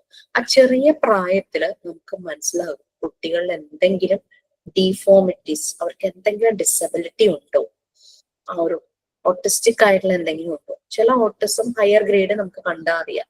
അവരുടെ ഫേഷ്യൽ എക്സ്പ്രഷൻ, അവരുടെ ഫേസിന്റെ രീതി, മൗത്ത്, അതൊക്കെ കാണുമ്പോൾ കണ്ണൊക്കെ കാണുമ്പോൾ അറിയാം. ചിലത് ചെറിയ ഒരു ഓട്ടിസ്റ്റിക് ഒരു ചലഞ്ച് ഉണ്ടാകും. അത് നമുക്ക് ചെറുപ്പത്തിൽ മനസ്സിലാക്കാൻ ബുദ്ധിമുട്ടാണ്. പക്ഷെ വൺസ് നമുക്ക് ഈ എഡ്യൂക്കേഷൻ സൈക്കോളജിയുടെ സപ്പോർട്ട് ഉണ്ടെങ്കിൽ അങ്ങനെയുള്ളത് നമുക്ക് മനസ്സിലാവുന്ന പറയുന്നത്. അപ്പൊ അങ്ങനെയാകുമ്പോൾ ആ ഒരു ഏജിൽ തന്നെ അതിന്റെ ഇന്റർവെൻഷൻ കൊടുത്താൽ അത് ക്ലിയർ ആകും, കറക്റ്റ് ചെയ്യാനായിട്ട് പറ്റും. പാരന്റ്സിനെ നമുക്ക് സപ്പോർട്ട് ചെയ്യാനായിട്ട് പറ്റും. ഓക്കെ, എഡ്യൂക്കേഷൻ സൈക്കോളജിസ്റ്റ് ശരിക്കും ഈ എഡ്യൂക്കേഷണൽ ഈ ഒരു ട്യൂട്ടർ എന്ന് പറയുന്നത് അല്ലെങ്കിൽ ഈ ട്രെയിനർ ടീച്ചർ എന്ന് പറയുന്നത് എഡ്യൂക്കേഷൻ സൈക്കോളജിസ്റ്റ് തന്നെയാണ് അല്ലെ? അവരൊരു ഡേറ്റ കോച്ചാണ്, ഇൻഫർമേഷൻസ് നിറയെ പ്രൊവൈഡ് ചെയ്യുന്ന ആളാണ്. അതിന്റെ ഒപ്പം ഒരു മെന്ററാണ്, ഒരു കൗൺസിലറാണ്, ഒരു മാനേജറാണ്, ക്ലാസ് റൂം മാനേജ് ചെയ്യുന്നു ഒക്കെ നമ്മുടെ PG ക്ലാസ്സിൽ നമ്മൾ കുറെ പറഞ്ഞിട്ടുണ്ട്. പിന്നെ അതുപോലെ തന്നെ ഒരു സൈക്കോളജിസ്റ്റും കൂടിയാണ് അവര്. കുട്ടികൾക്ക് വേണ്ടുന്ന ഒരു ഹീലർ, അവരെ ഹീൽ ചെയ്യുന്നു പലപ്പോഴും അല്ലെ. ഇൻഡിവിജ്വൽ ഡിഫറൻസ് കുട്ടികളുടെ മനസ്സിലാക്കുന്നു. അപ്പം ചില സമയത്ത് സ്പെഷ്യൽ എഡ്യൂക്കേഷൻ പ്രോഗ്രാംസ് വേണം കുട്ടികളുടെ ചില നീഡ്സിന് വേണ്ടിയിട്ട്. പല സ്കൂളുകളും പല പ്രോഗ്രാംസ് കണ്ടക്ട് ചെയ്യുന്നുണ്ട്. പിന്നെ ചില കേസിൽ സ്പെഷ്യൽ എഡ്യൂക്കേറ്റർ വേണ്ടി വരും. ചില കുട്ടികൾക്ക് സ്പെഷ്യൽ നീഡ്സ് ആവശ്യമായിട്ട് വരും. നമ്മൾ പറഞ്ഞു സാധാരണ കുട്ടികളെ പോലെ അല്ലാതെ സ്പെഷ്യൽ നീഡ്സ് ആവശ്യമുള്ള കുട്ടികൾ വേണ്ടി വരും. നമ്മുടെ മറിയ മോണ്ടിസോറി ഈ മോണ്ടിസോറി മെത്തേഡ് ആദ്യം അപ്ലൈ ചെയ്തത് ഈ സ്പെഷ്യൽ നീഡ്സ് ആവശ്യമുള്ള കുട്ടികളിലാണ്. അവിടെ ഭയങ്കര റിസൾട്ട് ഉണ്ടായി. മോണ്ടിസോറിക്ക് മനസ്സിലായ പല ബ്രെയിനിന്റെ പല ഇഷ്യൂസ് കൊണ്ടാണ് ഇവർക്ക് പല ഡിഫോമിറ്റീസ്, ഡിസബിലിറ്റീസ് സംഭവിച്ചിരിക്കുന്നത്.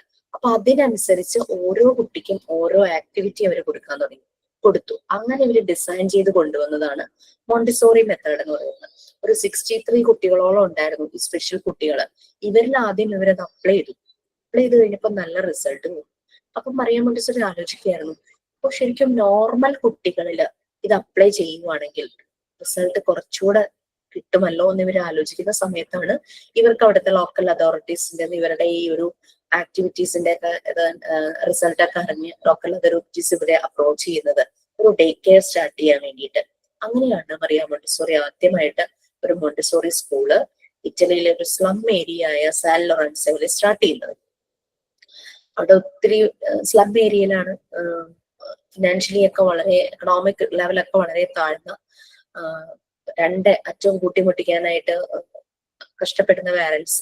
അപ്പൊ കുട്ടികളെ നോക്കാൻ നേരമില്ല. കുട്ടികൾ ഈ ചേരിയിൽ ഇങ്ങനെ വല്ലാത്ത രീതിയിൽ വളർന്നു. അങ്ങനെയൊക്കെ കണ്ടപ്പോഴാണ് ലോക്കൽ അതോറിറ്റി ഇവരെ ഒന്ന് ഹാബിറ്റേറ്റ് ചെയ്യാൻ വേണ്ടിയിട്ട് ഒരു ഷെൽട്ടർ വേണം, അങ്ങനെ കാസ ഡെ ബാർബി.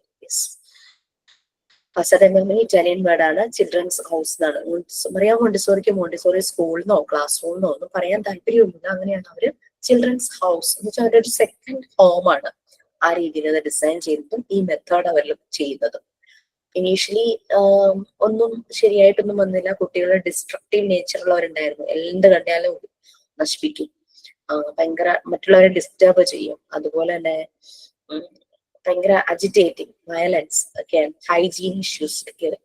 പക്ഷെ സമയമെടുത്ത് പല ആക്ടിവിറ്റീസിലോട് കൊണ്ടുപോയപ്പം അവർ ആ എൻവയോൺമെന്റുമായിട്ട് മേർജ് ആവാൻ തുടങ്ങി. ദാറ്റ് മീൻസ് അവരിൽ സെൽഫ് ഡിസിപ്ലിൻ തന്നെ ഉണ്ടായി. പിന്നെ ഒബീഡിയൻസ്, ഓർഡർ, ഒരു സിസ്റ്റമാറ്റിക് ആയി. അങ്ങനെ ആ ഒരു റിസൾട്ട് വന്നു. പിന്നെയാണ് വേൾഡ് വൈഡ് ഇത് സ്പ്രെഡ് ആയി വരുന്നത്. ഓക്കെ, നമുക്ക് വരുന്നുണ്ട് ലെസൺസ്, എന്തിന്റെ ഒപ്പം ഒന്ന് പറഞ്ഞതേ ഉള്ളൂ. അപ്പൊ സ്പെഷ്യൽ എഡ്യൂക്കേറ്റേഴ്സ് അവര് സ്പെഷ്യൽ കുട്ടികൾക്ക് വേണ്ടുന്ന സ്പെഷ്യൽ നീഡ്സ് കൊടുക്കാൻ പറ്റുന്ന രീതിയിൽ ട്രെയിൻഡ് ആയിട്ടുള്ളവരാണ്. ഈ സ്പെഷ്യൽ നീഡ്സ് എന്ന് പറയുന്നത് കോമൺ ആയി വരുന്ന സ്പെഷ്യൽ നീഡ്സ് ആണ് ലേണിംഗ് ഡിസബിലിറ്റി ഉള്ള കുട്ടികൾ ഉണ്ടാകും അല്ലേ. പലപ്പോഴും ചിലപ്പോ കൈക്ക് എന്തെങ്കിലും പ്രശ്നം ഉണ്ടാവും, അല്ലെങ്കിൽ സംസാര രീതിയിൽ പ്രശ്നം ഉണ്ടാവും. അങ്ങനെ പല രീതിയിലുള്ള ലേണിംഗ് ഡിസബിലിറ്റി. ചിലപ്പോ അക്ഷരങ്ങള്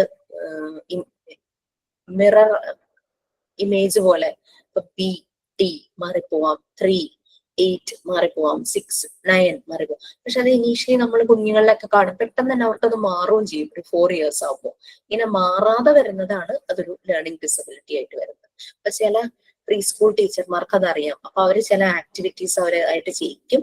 എന്നിട്ടും മാറുന്നില്ല എന്ന് കാണുമ്പോൾ അവര് പാരന്റ്സിനോട് പറയും എവിടെയെങ്കിലും കൊണ്ടുപോയിട്ട് ഇത് കറക്റ്റ് ചെയ്യിക്കണം എന്ന് അവർ പറയും. ഓക്കെ, കമ്മ്യൂണിക്കേഷൻ ഡിസബിലിറ്റീസ്, സംസാരിക്കുന്നില്ല. പിന്നെ ഇമോഷണൽ ആൻഡ് ബിഹേവിയറൽ ഡിസോർഡേഴ്സ് വരാം. ഹൈപ്പർ ആക്റ്റീവ് ആകാം, വെറുതെ ഒച്ച ഉണ്ടാക്കാം, ചിലപ്പോ കരയാം, അല്ലറി വിളിക്കാം, കൂക്കി വിളിക്കാം. അങ്ങനത്തെ ചില ഡിസോർഡേഴ്സ് വരാം. ഫിസിക്കൽ ഡിസബിലിറ്റീസ്, ചിലപ്പോ എന്തെങ്കിലും കൈക്കോ കാലിനോ എന്തെങ്കിലും ബുദ്ധിമുട്ട്, അങ്ങനെ പിന്നെ കണ്ണ് കാണാനോ ചെവി കേൾക്കുന്നതിലോ അങ്ങനെ എന്തെങ്കിലുമൊക്കെ പ്രശ്നങ്ങളൊക്കെ ചിലപ്പോൾ വരും. പിന്നെ ഡെവലപ്മെന്റ് ഓഫ് ഡിസബിലിറ്റീസ്, ഏജിനനുസരിച്ച് അവർക്ക് ശരിയായ ഡെവലപ്മെന്റ് ഉണ്ടാകാതിരിക്കാം. ഞാൻ നിങ്ങളോട് ഒരു അസസ്മെന്റ് ടൂൾ ചെയ്യാൻ പറഞ്ഞിട്ടുണ്ടായിരുന്നോ? ഇല്ല മാം.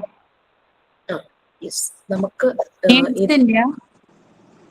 എന്തോ ബീഡ്സ് കൊണ്ട് 1 മുതൽ 10 വരെ ഇതാക്കുന്നത്. ഈ അസസ്മെന്റ് ടൂള് നിങ്ങളുടെ അസൈൻമെന്റോ ആക്ടിവിറ്റിയോ അങ്ങനെ നിങ്ങൾ ക്ലാസ് റൂമിൽ സബ്മിറ്റ് ചെയ്യേണ്ടതോ അങ്ങനെയുള്ളതൊന്നുമല്ല. This is for our growth only. നമ്മൾ നാളെ ഒരു സ്കൂൾ തുടങ്ങുമ്പോൾ അല്ലെങ്കിൽ സ്കൂളിൽ നമ്മൾ വർക്ക് ചെയ്യാൻ പോകുമ്പോൾ നമ്മൾ ഒരു പക്ഷേ സ്പെഷ്യൽ എഡ്യൂക്കേഷൻ ഒന്നും എടുത്തിട്ടില്ല, ബട്ട് എന്നാലും നമുക്ക് കുട്ടികളിലെ ചില ഡിസബിലിറ്റീസ് നമുക്ക് മനസ്സിലാകും. അത് നമുക്ക് കുറച്ചുകൂടെ മനസ്സിലാകാൻ വേണ്ടിയിട്ട് നിങ്ങളൊരു അസസ്മെന്റ് ടൂൾ തയ്യാറാക്കണം. ടൂൾ ഇത്രയേ ഉള്ളൂ, ഒരു നോട്ട്ബുക്ക് വാങ്ങുക. ഒത്തിരി വലിയ നോട്ട്ബുക്ക് ഒന്നും വേണ്ട, അല്ലെങ്കിൽ ഒരു നമ്മുടെ ഡയറി ഉണ്ടല്ലോ, ഡയറി ആയാലും മതി. പക്ഷെ അതിലൊന്നും എഴുതിയിട്ടുണ്ടാവരുത്. ഈ അസസ്മെന്റ് ടൂളിന് വേണ്ടുന്ന അല്ലാതെ വേറെ കാര്യങ്ങളൊന്നും അതിൽ എൻറ്റർ ചെയ്യരുത്. ഈ നോട്ട്ബുക്കിനെ ഈക്വൽ 4 പാർട്സ് ആക്കി ഡിവൈഡ് ചെയ്യുക. ഈ 4 പാർട്സ് നിങ്ങൾ ചെയ്യേണ്ടതെന്ന് വെച്ചാൽ, മറിയ മോണ്ടിസോറി കുട്ടികളുടെ ഗ്രോത്ത് സ്റ്റേജിനെ പറഞ്ഞതല്ലേ? യെസ്, അത് ചെയ്തു വെക്കുക കേട്ടോ. പറഞ്ഞില്ലെന്ന് പറഞ്ഞപ്പോ ഞാൻ വിചാരിച്ചു വിട്ടുപോയതായിരിക്കും. ഓക്കെ, അപ്പൊ അതൊന്നും ചെയ്തു വെക്കുക. നമ്മളെ ഹെൽപ്പ് ചെയ്യും കുട്ടികളുടെ ഡെവലപ്മെന്റ് നമുക്ക് മനസ്സിലാകാൻ. അത് നമ്മൾ വർക്ക് ചെയ്യുന്നിടങ്ങളിൽ മാത്രമല്ല, നമ്മളുടെ വീട്, നമ്മുടെ ചുറ്റുപാട്, നമ്മുടെ കമ്മ്യൂണിറ്റി ഒക്കെ അങ്ങനെ കുട്ടികൾ ഉണ്ടെങ്കിൽ നമ്മൾക്ക് മനസ്സിലായി അവരെ ഗൈഡ് ചെയ്യാനോ സപ്പോർട്ട് ചെയ്യാനോ നമുക്ക് പറ്റും. അപ്പൊ ഇങ്ങനെ സ്പെഷ്യൽ നീഡ്സ് ആവശ്യമാണ്.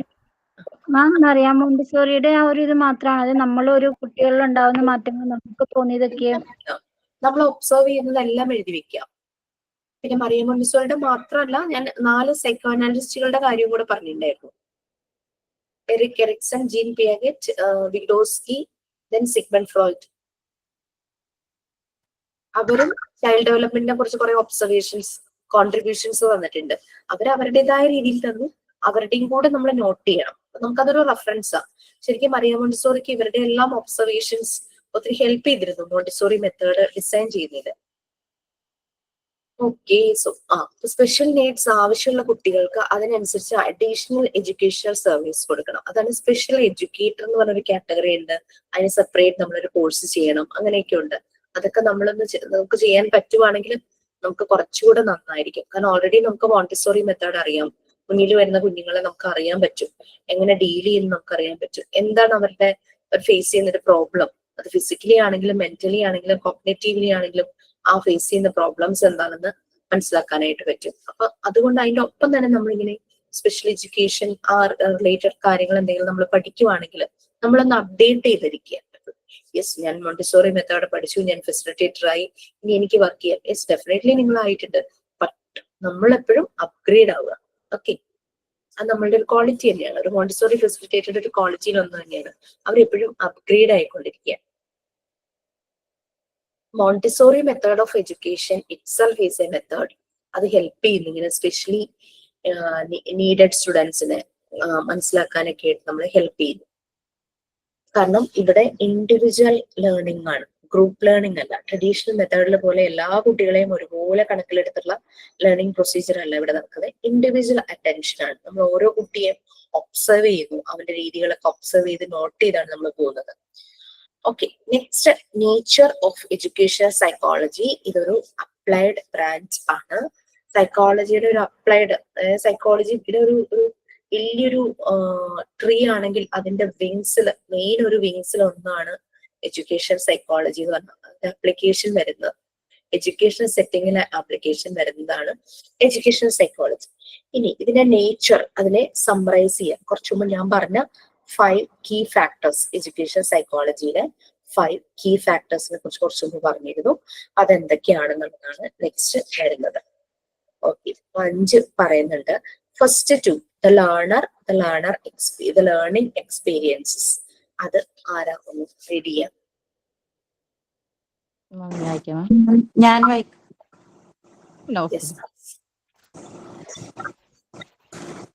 Educational psychology is the applied branch of subject of psychology. The nature of educational psychology can be summarized as follows. The learner. The subject matter of educational psychology is centered around the learner. Therefore, the need of knowing the learner and the techniques of knowing him well. The topics include the innate abilities and capacities of the individuals, individual difference and their measurements, the overt, covert, conscious as well as senseless behavior of the learner, the characteristics of his growth and development, and each stage beginning from childhood to adulthood. The learning experience. Educational psychology help in determining what learning experience are desirable, at what stage of the growth and development of the learner, so that this experience can be acquired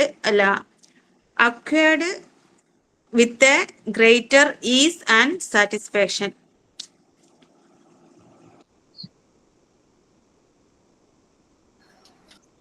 okay, learner നമ്മളുടെ ഈ ഒരു പ്ലാറ്റ്ഫോമില് you people trainees എന്ന് പറയുന്ന പോലെ. Okay, so നമുക്കറിയാം main focus ചെയ്യുന്നത് ലേണറിൽ തന്നെയാണ്. Education psychology ആ ഒരു മെയിൻ ആയിട്ട് നമ്മൾ കോൺസെൻട്രേറ്റ് ചെയ്യുന്നത്, ഫോക്കസ് ചെയ്യുന്നത് ലേണറുടെ ഒരു ഇംപ്രൂവ്മെന്റ്സ് പൊട്ടൻഷ്യൽ മുന്നോട്ട് കൊണ്ടുവരണം. അത് ഉദ്ദേശിച്ച് തന്നെയാണ് ഏതൊരു എഡ്യൂക്കേഷൻ സെറ്റിംഗ്സിലും പല മെത്തേഡ് അഡോപ്റ്റ് ചെയ്യുന്നത്. മോണ്ടിസോറി മെത്തേഡിൽ അങ്ങനെയാണ് അല്ലെ, കുട്ടികൾക്ക് അവർക്ക് പറ്റുന്ന ഒരു എൻവയോൺമെന്റ് അവർക്ക് എന്താണ് പ്രൊവൈഡ് ചെയ്യേണ്ടത്. അതിപ്പോ ഒരു സ്കൂള് കുട്ടികൾക്ക് എന്താണ് പ്രൊവൈഡ് ചെയ്യേണ്ടത്, അതാണ് മാനേജ്മെന്റ് സ്റ്റാഫ് എല്ലാരും കൂടെ നോക്കും. അപ്പൊ ലേണറെ നല്ല പോലെ അറിഞ്ഞിരിക്കണം അല്ലെ, നോയിങ് ഹിം വെൽ, അത് ഏറ്റവും ആവശ്യമാണ്. അതിന് ഫെസിലിറ്റേറ്റർ ഹെൽപ്പ് ചെയ്യുന്നത് എഡ്യൂക്കേഷൻ സൈക്കോളജിയാണ്. കുട്ടിയുടെ ക്യാപ്പബിലിറ്റീസ്, കപ്പാസിറ്റീസ്, അതിന്റെ പിന്നെ ഇൻഡിവിജ്വൽ ഡിഫറൻസസ്. ഓരോ കുട്ടികളും 30 സ്റ്റുഡൻസ് ഉണ്ടെങ്കിൽ അവരുടെ 30 പേരുടെയും ഓരോ കാര്യങ്ങളും അവരുടെ യുണീക്ക്നെസ് അതെല്ലാം മനസ്സിലാക്കണം. പിന്നെ ലേണറുടെ ബിഹേവിയർ, അത് ചിലപ്പോൾ ഓപ്പൺ അപ്പ് ആവുന്നുണ്ടാകാം, കവർ ചെയ്യുന്നുണ്ടായിരിക്കാം, അതായത് സീക്രട്ട് ആയിട്ടുള്ള കാര്യങ്ങൾ ഉണ്ടായിരിക്കാം, കോൺഷ്യസ് ആയിട്ട് ലേണർ കാണിക്കുന്ന ചില ബിഹേവിയറൽ പാറ്റേൺ ഉണ്ടാകാം. ചിലപ്പോൾ അതായത് വളരെ ബോധത്തോടെ നല്ല സെൻസോട് കൂടി ചിലപ്പോൾ ചെയ്യും, ചിലപ്പോൾ ഒരു ബോധമില്ലാതെ സെൻസ്ലെസ് ആയിട്ട് ബിഹേവ് ചെയ്യും. ലേണറിന് പല രീതിയിലുള്ള ക്യാരക്ടറിസ്റ്റിക്സ് നമുക്ക് കാണാം. ഇന്ന് വന്നതുപോലെയല്ല പിറ്റേ ദിവസം കുട്ടി വരുന്നത്. സോ ടീച്ചർ ഒബ്സർവ് ചെയ്യും എന്തുകൊണ്ടാണ് അങ്ങനെ, അത് നോക്കും, ശ്രദ്ധിക്കും, ബിഹേവിയറൽ ചേഞ്ചസ് നോക്കും.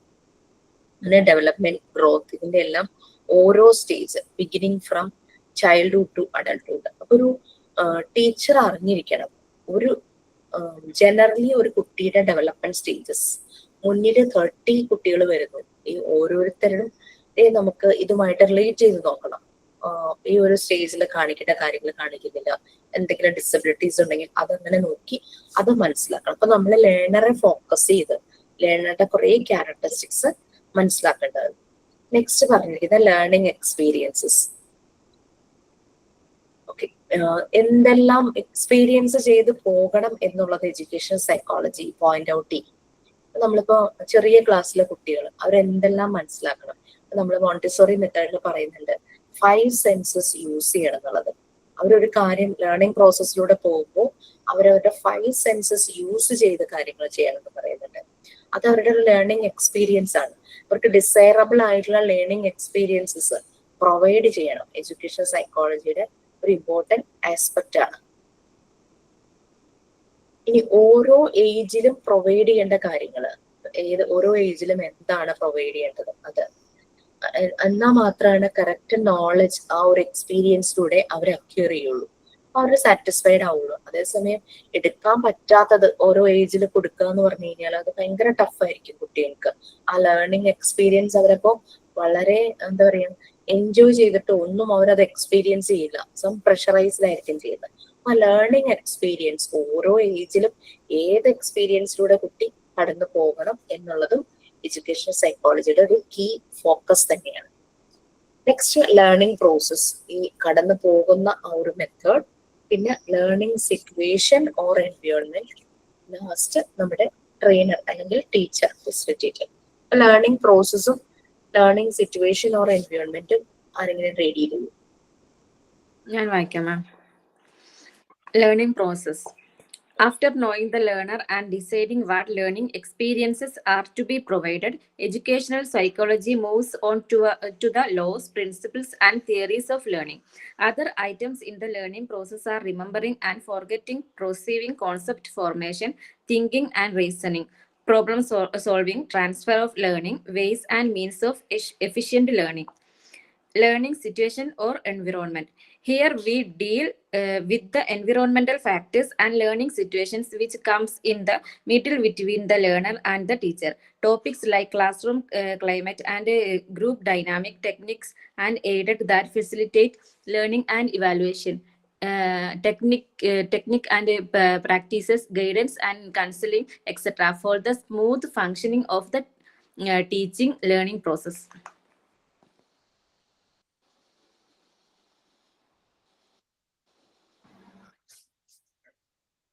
Okay, learning process third one. നമ്മൾ ഫസ്റ്റ് സ്റ്റുഡൻറ് അല്ലെങ്കിൽ learner, then learning experience, age appropriate അവരുടെ ഗ്രോത്ത് ഡെവലപ്മെന്റിന് കറസ്പോണ്ടിങ് ആയിട്ടുള്ള എക്സ്പീരിയൻസസ്, ലേണിംഗ് എക്സ്പീരിയൻസസ് അവർക്ക് പ്രൊവൈഡ് ചെയ്യണം. ആ രീതിയിലുള്ള ഇൻഫർമേഷൻസ് അല്ലെങ്കിൽ ആ രീതിയിലുള്ള ഒരു ലേണിംഗ് മെത്തേഡിലൂടെ അവർ പോകണം നമ്മൾ പറഞ്ഞു. ഇനി ആ ലേണിംഗ് മെത്തേഡ് അല്ലെങ്കിൽ ലേണിംഗ് പ്രോസസ്, ലേണറെ മനസ്സിലാക്കുന്നു, ആ കുട്ടിയെ മനസ്സിലാക്കുന്നു, എന്ത് ലേണിംഗ് എക്സ്പീരിയൻസസ് അവന് കിട്ടണം, അതിനനുസരിച്ച് എഡ്യൂക്കേഷൻ സൈക്കോളജി എന്ത് പഠിപ്പിക്കണം, എന്ത് ലേണിംഗ് മെത്തേഡാണ് എടുക്കേണ്ടത്, എന്തെല്ലാം പ്രിൻസിപ്പിൾസും തിയറീസും ഉള്ള ലേണിംഗ് മെത്തേഡാണ് എടുക്കേണ്ടത് എന്നുള്ളത് നോക്കി മനസ്സിലാക്കി അത് പ്രൊവൈഡ് ചെയ്യും. ലേണിംഗ് പ്രോസസ്സിൽ പലതും വരുന്നുണ്ട്. ചിലപ്പോ നമ്മൾ നമ്മുടെ മെമ്മറി ആയിട്ട് റിലേറ്റ് ചെയ്ത് പല കാര്യങ്ങളും വരും. അതായത് റിമംബറിങ് ആൻഡ് ഫോർഗെറ്റിംഗ് എല്ലാം വരും അല്ലെ. ചില കാര്യങ്ങൾ പഠിച്ചാൽ നമ്മൾ മറന്നു പോകുന്നു. പിന്നെ നമ്മളുടെ ഒരു പെർസീവ്നെസ്, നമ്മളത് മനസ്സിലാക്കുന്ന രീതി, ലേണർ മനസ്സിലാക്കുന്ന രീതി, കൺസെപ്റ്റ് ഫോർമേഷൻ. ഒരു കൺസെപ്റ്റ് മനസ്സിൽ കിട്ടും ഒരു കാര്യത്തെ പറ്റി. ഒരു കുട്ടി എടുക്കുന്ന കൺസെപ്റ്റ് ആയിരിക്കില്ല വേറൊരു കുട്ടിയുടെ കൺസെപ്റ്റ് ഫോർമേഷൻ. ഇമാജിനേഷൻ ആയിരിക്കും. തിങ്കിങ് ആൻഡ് റീസണിങ് അതും ഡിഫറെന്റ് ആയിരിക്കും. Problem solving, transfer of learning, പിന്നെ ലേൺ ചെയ്ത കാര്യങ്ങൾ അത് എക്സ്പ്രസ് ചെയ്യുന്നത്, പിന്നെ ways and means of efficient learning, ഇതെല്ലാം ലേണിംഗ് മെത്തേഡിൽ വരും. ഏത് രീതിയിലുള്ള ലേണിംഗ് മെത്തേഡിലൂടെ അവർ കടന്നു പോകണം. നമ്മൾ കേട്ടിട്ടുണ്ടല്ലേ കുട്ടികളെ പണ്ട് ഞാനൊക്കെ പഠിക്കുന്ന സമയത്ത് മലയാളാക്ഷരം പഠിപ്പിക്കാൻ തുടങ്ങുമ്പോൾ ഫസ്റ്റ് ആയാണ് പഠിപ്പിച്ചുകൊണ്ടിരുന്നത്. നല്ല ബുദ്ധിമുട്ടി എങ്ങനെയോ പഠിച്ചു കഴിയുമ്പോൾ അടുത്തത് അങ്ങനെ ഇങ്ങനെ പോകും. പക്ഷെ പിന്നീട് ആയപ്പോ ഞാനൊരു 20 years ബാക്ക് ഒക്കെ ആയ സമയത്ത് ആദ്യം റാ പഠിപ്പിക്കും, പിന്നെ രാ പഠിപ്പിക്കും, പിന്നെ ത ന ദ ഒക്കെ പഠിപ്പിച്ചതിന് ശേഷമാണ് ആയിലേക്ക് പോകുന്നത്. കാരണം കുട്ടി റാ രാ ത ധ ന ഒക്കെ പഠിച്ചു കഴിഞ്ഞു കഴിഞ്ഞാൽ ഇതിന്റെ എല്ലാവരും കോമ്പിനേഷൻ പോലെയാണ് എന്നുള്ള ലെറ്റർ വരുന്നത്. ഓക്കെ, അപ്പൊ ആ ഒരു രീതിയിൽ ആണ് ഇപ്പോഴും ആ ഒരു മെത്തേഡ് ലേണിംഗ് പ്രോസസ് അതിന് മാറ്റം വന്നത്. ആൽഫബറ്റ്സ് ഞങ്ങൾ പഠിക്കുമ്പോൾ ഇങ്ങനെ ആ സെയിം ലെറ്ററിനെ എഴുതിക്കലായിരുന്നു. പിന്നെ അത് കുറച്ചുകൂടെ കഴിഞ്ഞപ്പോഴേക്കും സ്ലാൻഡിങ് ലൈൻസ്, സ്ലിപ്പിംഗ് ലൈൻസ്, അങ്ങനെ ലൈൻസ് പഠിപ്പിച്ചിട്ടാണ് കുട്ടികളെ ലെറ്റർസിലേക്ക് ഇൻട്രൊഡ്യൂസ് ചെയ്യുന്നത്. അപ്പൊ ആ ഒരു ലേണിംഗ് പ്രോസസ് ഇങ്ങനെ മാറിക്കൊണ്ടേയിരിക്കുകയാണ് ആ മെത്തഡോളജി. ഓക്കെ, നെക്സ്റ്റ് നമ്മൾ പറഞ്ഞ learning situation or environment. Mostly അത് ക്ലാസ് റൂം ആകാം ചാൻസസ്. ഇപ്പോ പലതും ഓൺലൈൻ പ്ലാറ്റ്ഫോമിലുണ്ട്. മറ്റേത് ഗ്രൗണ്ട് ലെവലിലുള്ള ക്ലാസ് റൂംസ് ആണ് കൂടുതലും ലേണിംഗ് സിറ്റുവേഷൻ ഓർ എൻവയോൺമെന്റ് വരുന്നത് ചെറിയ കുട്ടികളെ സംബന്ധിച്ചിട്ട്. ഒരു എൻവയോൺമെന്റ് ഫാക്ടേഴ്സ്, ലേണിംഗ് സിറ്റുവേഷൻസ്, ലേണറും ടീച്ചറും ഇവരുടെ ഇൻ ബിറ്റ്വീൻ വരുന്ന അവർ ഇന്ററാക്ട് ചെയ്യുന്ന ഒരു സ്പേസ്, ക്ലാസ് റൂം, അതുപോലെ തന്നെ class room climate, group dynamic, പല ഗ്രൂപ്പ് പ്രോഗ്രാംസ് ഉണ്ടാവും, ടെക്നിക്സ്, ഉള്ള മെറ്റീരിയൽസ്, അതെല്ലാം യൂസ് ചെയ്തിട്ടായിരിക്കും ഈ ലേണിംഗ് എൻവയോൺമെന്റിൽ പല കാര്യങ്ങളും ചെയ്യുന്നത്. അവിടെ ഇവാലുവേഷൻ നടക്കുന്നു, പ്രാക്ടീസ് നടക്കുന്നു, ഗൈഡ് ചെയ്യുന്നു, സംടൈംസ് കൗൺസിൽ ചെയ്യുന്നു. അത് ശരിക്കും ടീച്ചിങ് ലേണിംഗ് പ്രോസസ് അതിന്റെ സ്മൂത്ത് ഫങ്ഷനിങ്. ടീച്ചർ എന്ന് വെച്ചാൽ അവരുടെ ജോലി ടീച്ചിങ് ആണ്, അത് കുട്ടി എടുക്കുന്നത് ലേണിംഗ് ആയിട്ടാണ് അല്ലെ. പഠിക്കുന്നു അതൊരു ടീച്ചിങ് ലേണിംഗ് പ്രോസസ് നടക്കുന്നു ആ ഒരു എൻവയോൺമെന്റിൽ. നെക്സ്റ്റ് വളരെ ഇമ്പോർട്ടന്റ് ആയിട്ട് ഈ എഡ്യൂക്കേഷൻ സൈക്കോളജിയുടെ കീ ഫാക്ടേഴ്സിൽ വരുന്ന വളരെ ഇമ്പോർട്ടന്റ് ആയിട്ടുള്ള ഒരു റോള് വരുന്ന ആളാണ് ടീച്ചർ അല്ലെങ്കിൽ ട്രെയിനർ, ഫെസിലിറ്റേറ്റർ. ഏറ്റവും ആപ്റ്റ് ഫെസിലിറ്റേറ്റർ ആണ്. ഓക്കെ, അതാരാ റീഡ് ചെയ്യാം? നെക്സ്റ്റ് ലാസ്റ്റ് അല്ല fifth one.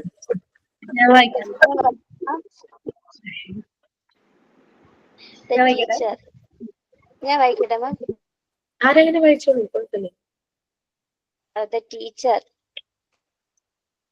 The teacher is a potent force in any scheme of teaching and learning process. It discusses the role of the teacher. It indicates the need of knowing himself for a teacher to play his role properly in the process of education. His conflicts, motivation, anxiety, adjustment, level of goal, etc. It throws light on essential personality traits, interests, aptitudes, the characteristics of effective teaching, etc. So as to inspire him to become a successful teacher. നമ്മൾ ഈ പറഞ്ഞ key എലമെന്റ്സിൽ key factors എല്ലാം ഓരോ ഏരിയയിൽ നോക്കുമ്പോൾ വളരെ important ആണ്. ഒരു പൊട്ടന്റ് ഫോഴ്സ് ആയിട്ട് വരുന്നത് ടീച്ചറാണ്, ഫെസിലിറ്റേറ്റർ. അവരെന്ത് പ്രൊവൈഡ് ചെയ്യുന്നു അതിനനുസരിച്ചാണ് ലേണിംഗ് എക്സ്പീരിയൻസ് വരുന്നത്. ആ കുട്ടി, ആ ലേണർ പെർസീവ് ചെയ്യുന്നത്, ആൾക്ക് കിട്ടുന്നത്, ആ ആള് ഗൈഡ് ചെയ്യപ്പെടുന്നത് എല്ലാം ആ ഒരു പൊട്ടന്റ് ഫോഴ്സിനെ ഫോക്കസ് ചെയ്തിട്ടാണ്. ആ ഒരാളുടെ റോള് വളരെ ഇമ്പോർട്ടന്റ് ആണ് ആ ഒരു ടീച്ചിങ് ലേണിംഗ് പ്രോസസ് നടക്കുന്നത്. കഴിഞ്ഞ ദിവസം വൈവ ചെയ്യുമ്പോൾ കാരണം ഇതുവരെ വൈവയ്ക്ക് സ്ലോട്ട് ഇട്ടിട്ടും അവർ അറ്റൻഡ് ചെയ്തിട്ടില്ല. ഇതെന്താ നമുക്കറിയില്ലല്ലോ ഓരോരുത്തരുടെ പേഴ്സണൽ കാര്യങ്ങൾ എന്താന്ന്. അങ്ങനെ വേണമെങ്കിൽ മിനിമം മാർക്ക് ഇട്ട് പോവാമായിരുന്നു. അറ്റൻഡ് ചെയ്തില്ല, ആബ്സെന്റ് മിനിമം കൊടുക്കാൻ 36 എന്ന് പറഞ്ഞിട്ട് മിനിമം 100 കൊടുക്കായിരുന്നു. ഞാൻ വിളിച്ചപ്പോ എന്നോട് പറഞ്ഞത് ഞാൻ മോർണിംഗ് 8 o'clock ജോലിക്ക് പോകും, തിരിച്ചെത്തുമ്പോൾ 8:30 ആകുമ്പോൾ. അപ്പൊ ഞാൻ എവിടെയാ ജോലി ചെയ്യണേന്നൊന്നും ആ കോളിൽ ഞാൻ ചോദിച്ചില്ല. ഞാൻ ചോദിച്ചു എത്ര മണിക്ക് അറ്റൻഡ് ചെയ്യാൻ പറ്റുമെന്ന് ചോദിച്ചു. വീട്ടിലെത്തുമ്പോഴേക്കും 9-9:30 ആവുമെന്ന് പറഞ്ഞു. ഞാൻ നോക്കി 10:15 അറ്റൻഡ് ചെയ്യാൻ പറഞ്ഞു രാത്രി. അങ്ങനെ 10:15 ആള് വരിക. അപ്പൊ വരുമ്പോ ചോദിക്കാം എന്ത് ജോബാണെന്നൊക്കെ ചോദിക്കാന്ന് വിചാരിച്ചു. എന്നോട് അത് കുറച്ച് കഴിഞ്ഞ് അപ്പൊ തന്നെ കോള് വന്നു കേട്ടോ. മാം എന്തൊക്കെ ക്വസ്റ്റ്യനാ ചോദിക്കുന്നതെന്ന് ചോദിച്ചു. ഞാൻ ചിരിച്ചു. അപ്പൊ ഞാൻ ഒന്നും ചെയ്തിട്ടില്ല, അതാണ് ഒരു വർക്കും ഞാൻ ചെയ്തിട്ടില്ല എന്ന് പറഞ്ഞു. കുഴപ്പമില്ല, എന്തായാലും എനിക്ക് ഇന്ന് ഉച്ചയോടുകൂടി മാർക്ക് കൊടുക്കണം, അറ്റൻഡ് ചെയ്തേ പറ്റും, എന്തായാലും 10:15 അറ്റൻഡ് ചെയ്യാൻ പറഞ്ഞു. അപ്പൊ മാം അല്ലേ ഉണ്ടാവുകയെന്ന് ചോദിച്ചു. എന്നാ ഞാനേ ഉണ്ടാവുള്ളൂ എന്ന് പറഞ്ഞു. അങ്ങനെ രാത്രി 10:15 ആയപ്പോഴേക്കും കക്ഷി വന്നപ്പോ ഞാൻ ചോദിച്ചപ്പോഴാണ് പറഞ്ഞത് ഒരു ഡേ കെയറിൽ വർക്ക് ചെയ്യാണ്.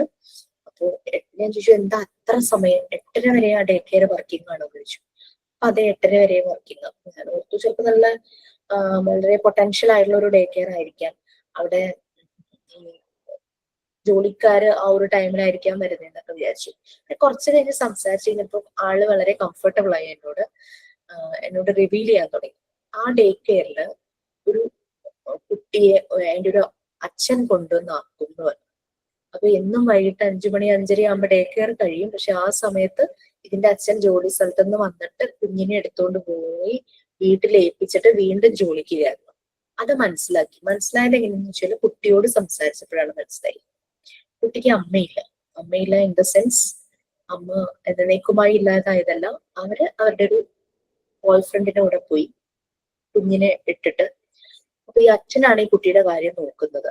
അത് മനസ്സിലായിട്ട് ഈ ലേഡി പറഞ്ഞു ഓഫീസിൽ നിന്ന് വന്നിട്ട് കുട്ടിയെ എടുത്താൽ മതി, വീട്ടിലപ്പോ വേറെ ആരെങ്കിലൊക്കെ ആയിരിക്കുമല്ലോ, കുട്ടി ഒത്തിരി സ്ട്രഗിൾ ചെയ്യുന്നുണ്ടാവും, മേ ബി അച്ഛൻ ആക്കിയിട്ടുണ്ടാവും, ഇനിയിപ്പോ ഗ്രാൻഡ് പാരന്റ്സിന്റെ അടുത്താണോ അങ്കിളുടെ അടുത്താണോ ആന്റിയുടെ അടുത്താണോ ഒന്നും അറിയില്ലല്ലോ.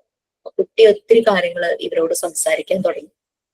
അങ്ങനെ ഇവരായിട്ട് തന്നെ പറഞ്ഞു ഓഫീസ് കഴിയുമ്പോ വന്നാൽ മതി എന്ന് പറഞ്ഞു. അങ്ങനെ ആണ് ഇവർ 8:30 ആ ഡേ കെയർ കൂട്ടിയിട്ട് ഇറങ്ങുന്നത്. ഞാൻ ചോദിച്ചു സ്വന്തം ഡേ കെയർ ആണോ എന്ന് ചോദിച്ചു. ഇല്ല, ഞാൻ അവിടുത്തെ സ്റ്റാഫാണെന്ന് പറഞ്ഞു. എനിക്ക് ഭയങ്കര റെസ്പെക്ട് തോന്നി അവരോട്. കാരണം ആ ഒരു കുഞ്ഞിന്റെ കാര്യം മനസ്സിലാക്കി അതിനത്രയും ചേർത്ത് നിർത്തുവാണല്ലോ. അവരുടെ ബുദ്ധിമുട്ട് മനസ്സിലാക്കിയിട്ട് അയാളോട് ചോദിച്ചിട്ടും ഇല്ല എന്ന് പറഞ്ഞു. അമ്മ എവിടെയാന്ന് പറഞ്ഞു. കുട്ടിയുടെ അടുത്തുനിന്ന് മനസ്സിലാക്കിയതാണ്. അപ്പൊ അങ്ങനെ അവര് ചെയ്തത് ഇങ്ങനെ എനിക്കൊരു ഭയങ്കര, ഞാൻ ആലോചിക്കുക കാരണം ഇവര് പല പ്രാവശ്യം വേറൊരു മെസ്സിനായിരുന്നു കേട്ടോ ഇവരുടെ വൈബ വന്നത്. അറ്റൻഡ് ചെയ്യുന്നില്ല എന്ന് പറഞ്ഞപ്പോഴേക്കും ഞാൻ നമ്പർ എടുത്ത് വിളിച്ചപ്പോഴാണ് ഇങ്ങനെ ജോലി കഴിഞ്ഞ് വരുള്ളൂ എന്ന് പറഞ്ഞപ്പോൾ ഞാൻ അപ്പോഴൊന്നും ചോദിച്ചില്ല, വരട്ടെ എന്ന് വിചാരിച്ചു. നമുക്ക് അറിയില്ലല്ലോ ഓരോരുത്തരുടെ പേഴ്സണൽ പ്രോബ്ലം എന്താണെന്നുള്ളത്, അവരെന്തിലും കൂടെയൊക്കെ കടന്നു പോകുന്നു. ഇവർക്കൊരു കുഞ്ഞുണ്ട് ചെറുത് 5 വയസ്സുള്ളത്, ഇതിനെയും കൊണ്ടാ പോകുന്നത് ഡേ കെയറിലേക്ക്. എന്നിട്ട് ആ കുട്ടിയും കൊണ്ടും രാത്രി തന്നെയാണ് തിരിച്ചു വരുന്നത്. അങ്ങനെ എല്ലാ കുട്ടികളും അവിടെ ഉണ്ട്, എല്ലാ കൾച്ചറിൽ നിന്നുള്ളതും ട്രഡീഷൻ ബിലീഫ് ഉള്ളവരുണ്ട്. എല്ലാത്തിനും കുട്ടികളെ വൈകുന്നേരം കുളിപ്പിച്ച് വേറെ ഡ്രസ്സൊക്കെ ഇടിച്ച്, അതായത് കുട്ടികളെ വീട്ടിൽ നിന്ന് കൊണ്ടിട്ട പോലെയല്ല തിരിച്ചു കൊണ്ടുപോകുന്നത്. കുട്ടികളെ ഓരോരുത്തരുടെ ബിലീഫിനനുസരിച്ച് അവരെ പൗഡറൊക്കെ ഇടിച്ച് കണ്ണൊക്കെ എഴുതി പൊട്ടൊക്കെ വെച്ച് കൊടുത്തു വിടും. അങ്ങനെ ആ രീതിയിലാണ് അവർ കുട്ടികളെ അവിടെ നോക്കുന്നത്. എനിക്ക് റെസ്പെക്ട് തോന്നി കേട്ടോ അവരോട്. അവരുടെ കുഞ്ഞും കൂടെയുണ്ട്, എല്ലാരെയും അതുപോലെ നോക്കുന്നു, കുട്ടികളുടെ കൂടെ കളിക്കണം. ഈ കുട്ടികൾ ഉറങ്ങുന്ന സമയത്താണ് റെക്കോർഡ് ക്ലാസ് എടുത്ത് കാണുന്നത്. ഓക്കെ, ഓരോരോ ജീവിതങ്ങള്, ഓരോരോ സോൾസ് അല്ലെ, ലൈറ്റ് മാത്രം ഇങ്ങനെ റിഫ്ലക്ട് ചെയ്യുന്ന സോൾസ്. അപ്പൊ ഒരു ടീച്ചർ അവരൊരു പൊട്ടൻ ഫോഴ്സ് തന്നെയാണ്. ഒരു കുഞ്ഞിനെ മാറ്റുന്നതിൽ വളരെയധികം ഫോഴ്സ്. മേ ബി അവർക്ക് കുറച്ച് നാളുകളായിരിക്കും ആ കുട്ടിയെ ടേക്ക് കെയർ ചെയ്യാൻ പറ്റുള്ളൂ. പക്ഷെ എന്നാലും അത്രയും നാളുകൾ ആ കുഞ്ഞിന്റെ ഡെവലപ്മെന്റ്, ആ കുഞ്ഞിന് ഒത്തിരി മാറ്റങ്ങൾ, കുറെ ഇമോഷണൽ സപ്പോർട്ട് വേണ്ടുന്ന ഒരു അമ്മയുടെ കിട്ടേണ്ട ഒരു ടൈമാണ്. അതതിന് നഷ്ടപ്പെട്ടു. പക്ഷെ അത് ഒരു കെയർ ഗീവർ എന്നുള്ള രീതിയിൽ അവർ നല്ലതുപോലെ അത് പ്രൊവൈഡ് ചെയ്യുന്നുണ്ടായിരുന്നു. Okay fine. അപ്പൊ ഇതൊക്കെയാണ് ടീച്ചറുടെ റോൾ എന്ന് പറയുന്നത്. ആ ഒരു പ്രോസസ് ഓഫ് എഡ്യൂക്കേഷന് വളരെ ഇമ്പോർട്ടന്റ് ആണ്. അപ്പൊ നമ്മൾ ആ ഒരു റോളിലേക്ക് പോവല്ലേ, നമ്മൾ നാളെ ഒരു ഫെസിലിറ്റേറ്റർ ആയിട്ട് മാറും. ഇപ്പൊ ഓൾമോസ്റ്റ് നമ്മൾ അതിന്റെ ഒരു ഹാഫ് ജേണിയിൽ എത്തിക്കഴിഞ്ഞു. പലപ്പോഴും നമുക്കുണ്ടാവും പല കോൺഫ്ലിക്ട്സ് ഉണ്ടാകും, നമുക്ക് പല ആൻസൈറ്റി, പല അഡ്ജസ്റ്റ്മെന്റ് ഉണ്ടാകും. നമ്മൾക്കൊരു ഗോള് സെറ്റ് ചെയ്തിട്ടുണ്ടാവും. പിന്നെ അതുപോലെ കുട്ടികൾക്ക് ഉണ്ടാവും ഓരോ കോൺഫ്ലിക്ട്സും, അവർക്ക് മോട്ടിവേറ്റ് ചെയ്യേണ്ടതായിട്ടുള്ള കാര്യങ്ങൾ വരും. പിന്നെ പല പേഴ്സണാലിറ്റി ട്രെയ്റ്റ്സ് ഉണ്ടാവും, സ്വഭാവ സവിശേഷതകൾ ഉണ്ടാകും. അതുപോലെ പല ഇൻട്രസ്റ്റ് ഉണ്ടാകും, ആപ്റ്റിറ്റ്യൂഡ്, അഭിരുചി ഉണ്ടാകും. അങ്ങനെ ഓരോന്നും ഉണ്ടാവും. ഈ ഒരു എഫക്റ്റീവ് ടീച്ചിങ്, ഒരു എഫക്റ്റീവ് ആയിട്ട് നമുക്ക് കുട്ടിയെ ആ ഒരു ലേണിംഗ് പ്രോസസ്സിലൂടെ നമുക്ക് കൊണ്ടുപോകാനായിട്ട് പറ്റണം. അവനൊരു ഇൻസ്പിറേഷൻ, അല്ലെങ്കിൽ ആ കുട്ടിക്കൊരു ഇൻസ്പിറേഷൻ ആയിട്ട് മാറാൻ പറ്റുന്ന ഒരു സക്സസ്ഫുൾ ടീച്ചർ ആകാനായിട്ട് നമുക്ക് പറ്റും. നമ്മൾ സക്സസ്ഫുൾ ആവുന്ന പറയുന്നത് നമ്മുടെ ക്വാളിഫിക്കേഷനോ നമ്മുടെ ഡിഗ്രിയോ കൊണ്ടല്ല. നമ്മുടെ മുന്നിൽ വരുന്ന സ്റ്റുഡൻസ് അവരുടെ ഗോളിലേക്ക് എത്തുമ്പോഴാണ്, അവര് ആ ഒരു പ്രോപ്പർ ആയിട്ട് അവരുടെ ആ ഗോൾ അവർ അച്ചീവ് ചെയ്യുമ്പോഴാണ് ഒരു ടീച്ചർ സക്സസ്ഫുൾ ആകുന്നത്. Okay, so that's it. Next ക്ലാസ്സിൽ നമുക്ക് ബാക്കി നോക്കാം. 12:40 വൈവ ഉണ്ട്. രണ്ടുപേരുടെയും കൂടെ ചെയ്ത് മാർക്ക് എൻട്രി ചെയ്താലാണ് ഫിനിഷ് ആവുള്ളൂ. ഓക്കെ, സൈൻ ഔട്ട് ഉണ്ടോ? സൈൻ ഔട്ട് ഉണ്ടോ? ഇല്ല. So we can find. Yes, please. Education is the most powerful weapon which you can use to change the world. Nelson Mandela. Thank you, ma'am. Your wonderful class. Thank you, my dears. Uma from Parot. Thank you. Thank you, ma'am. Thank you, ma'am. Thank you, ma'am. Thank you, ma'am. Thank you, ma'am.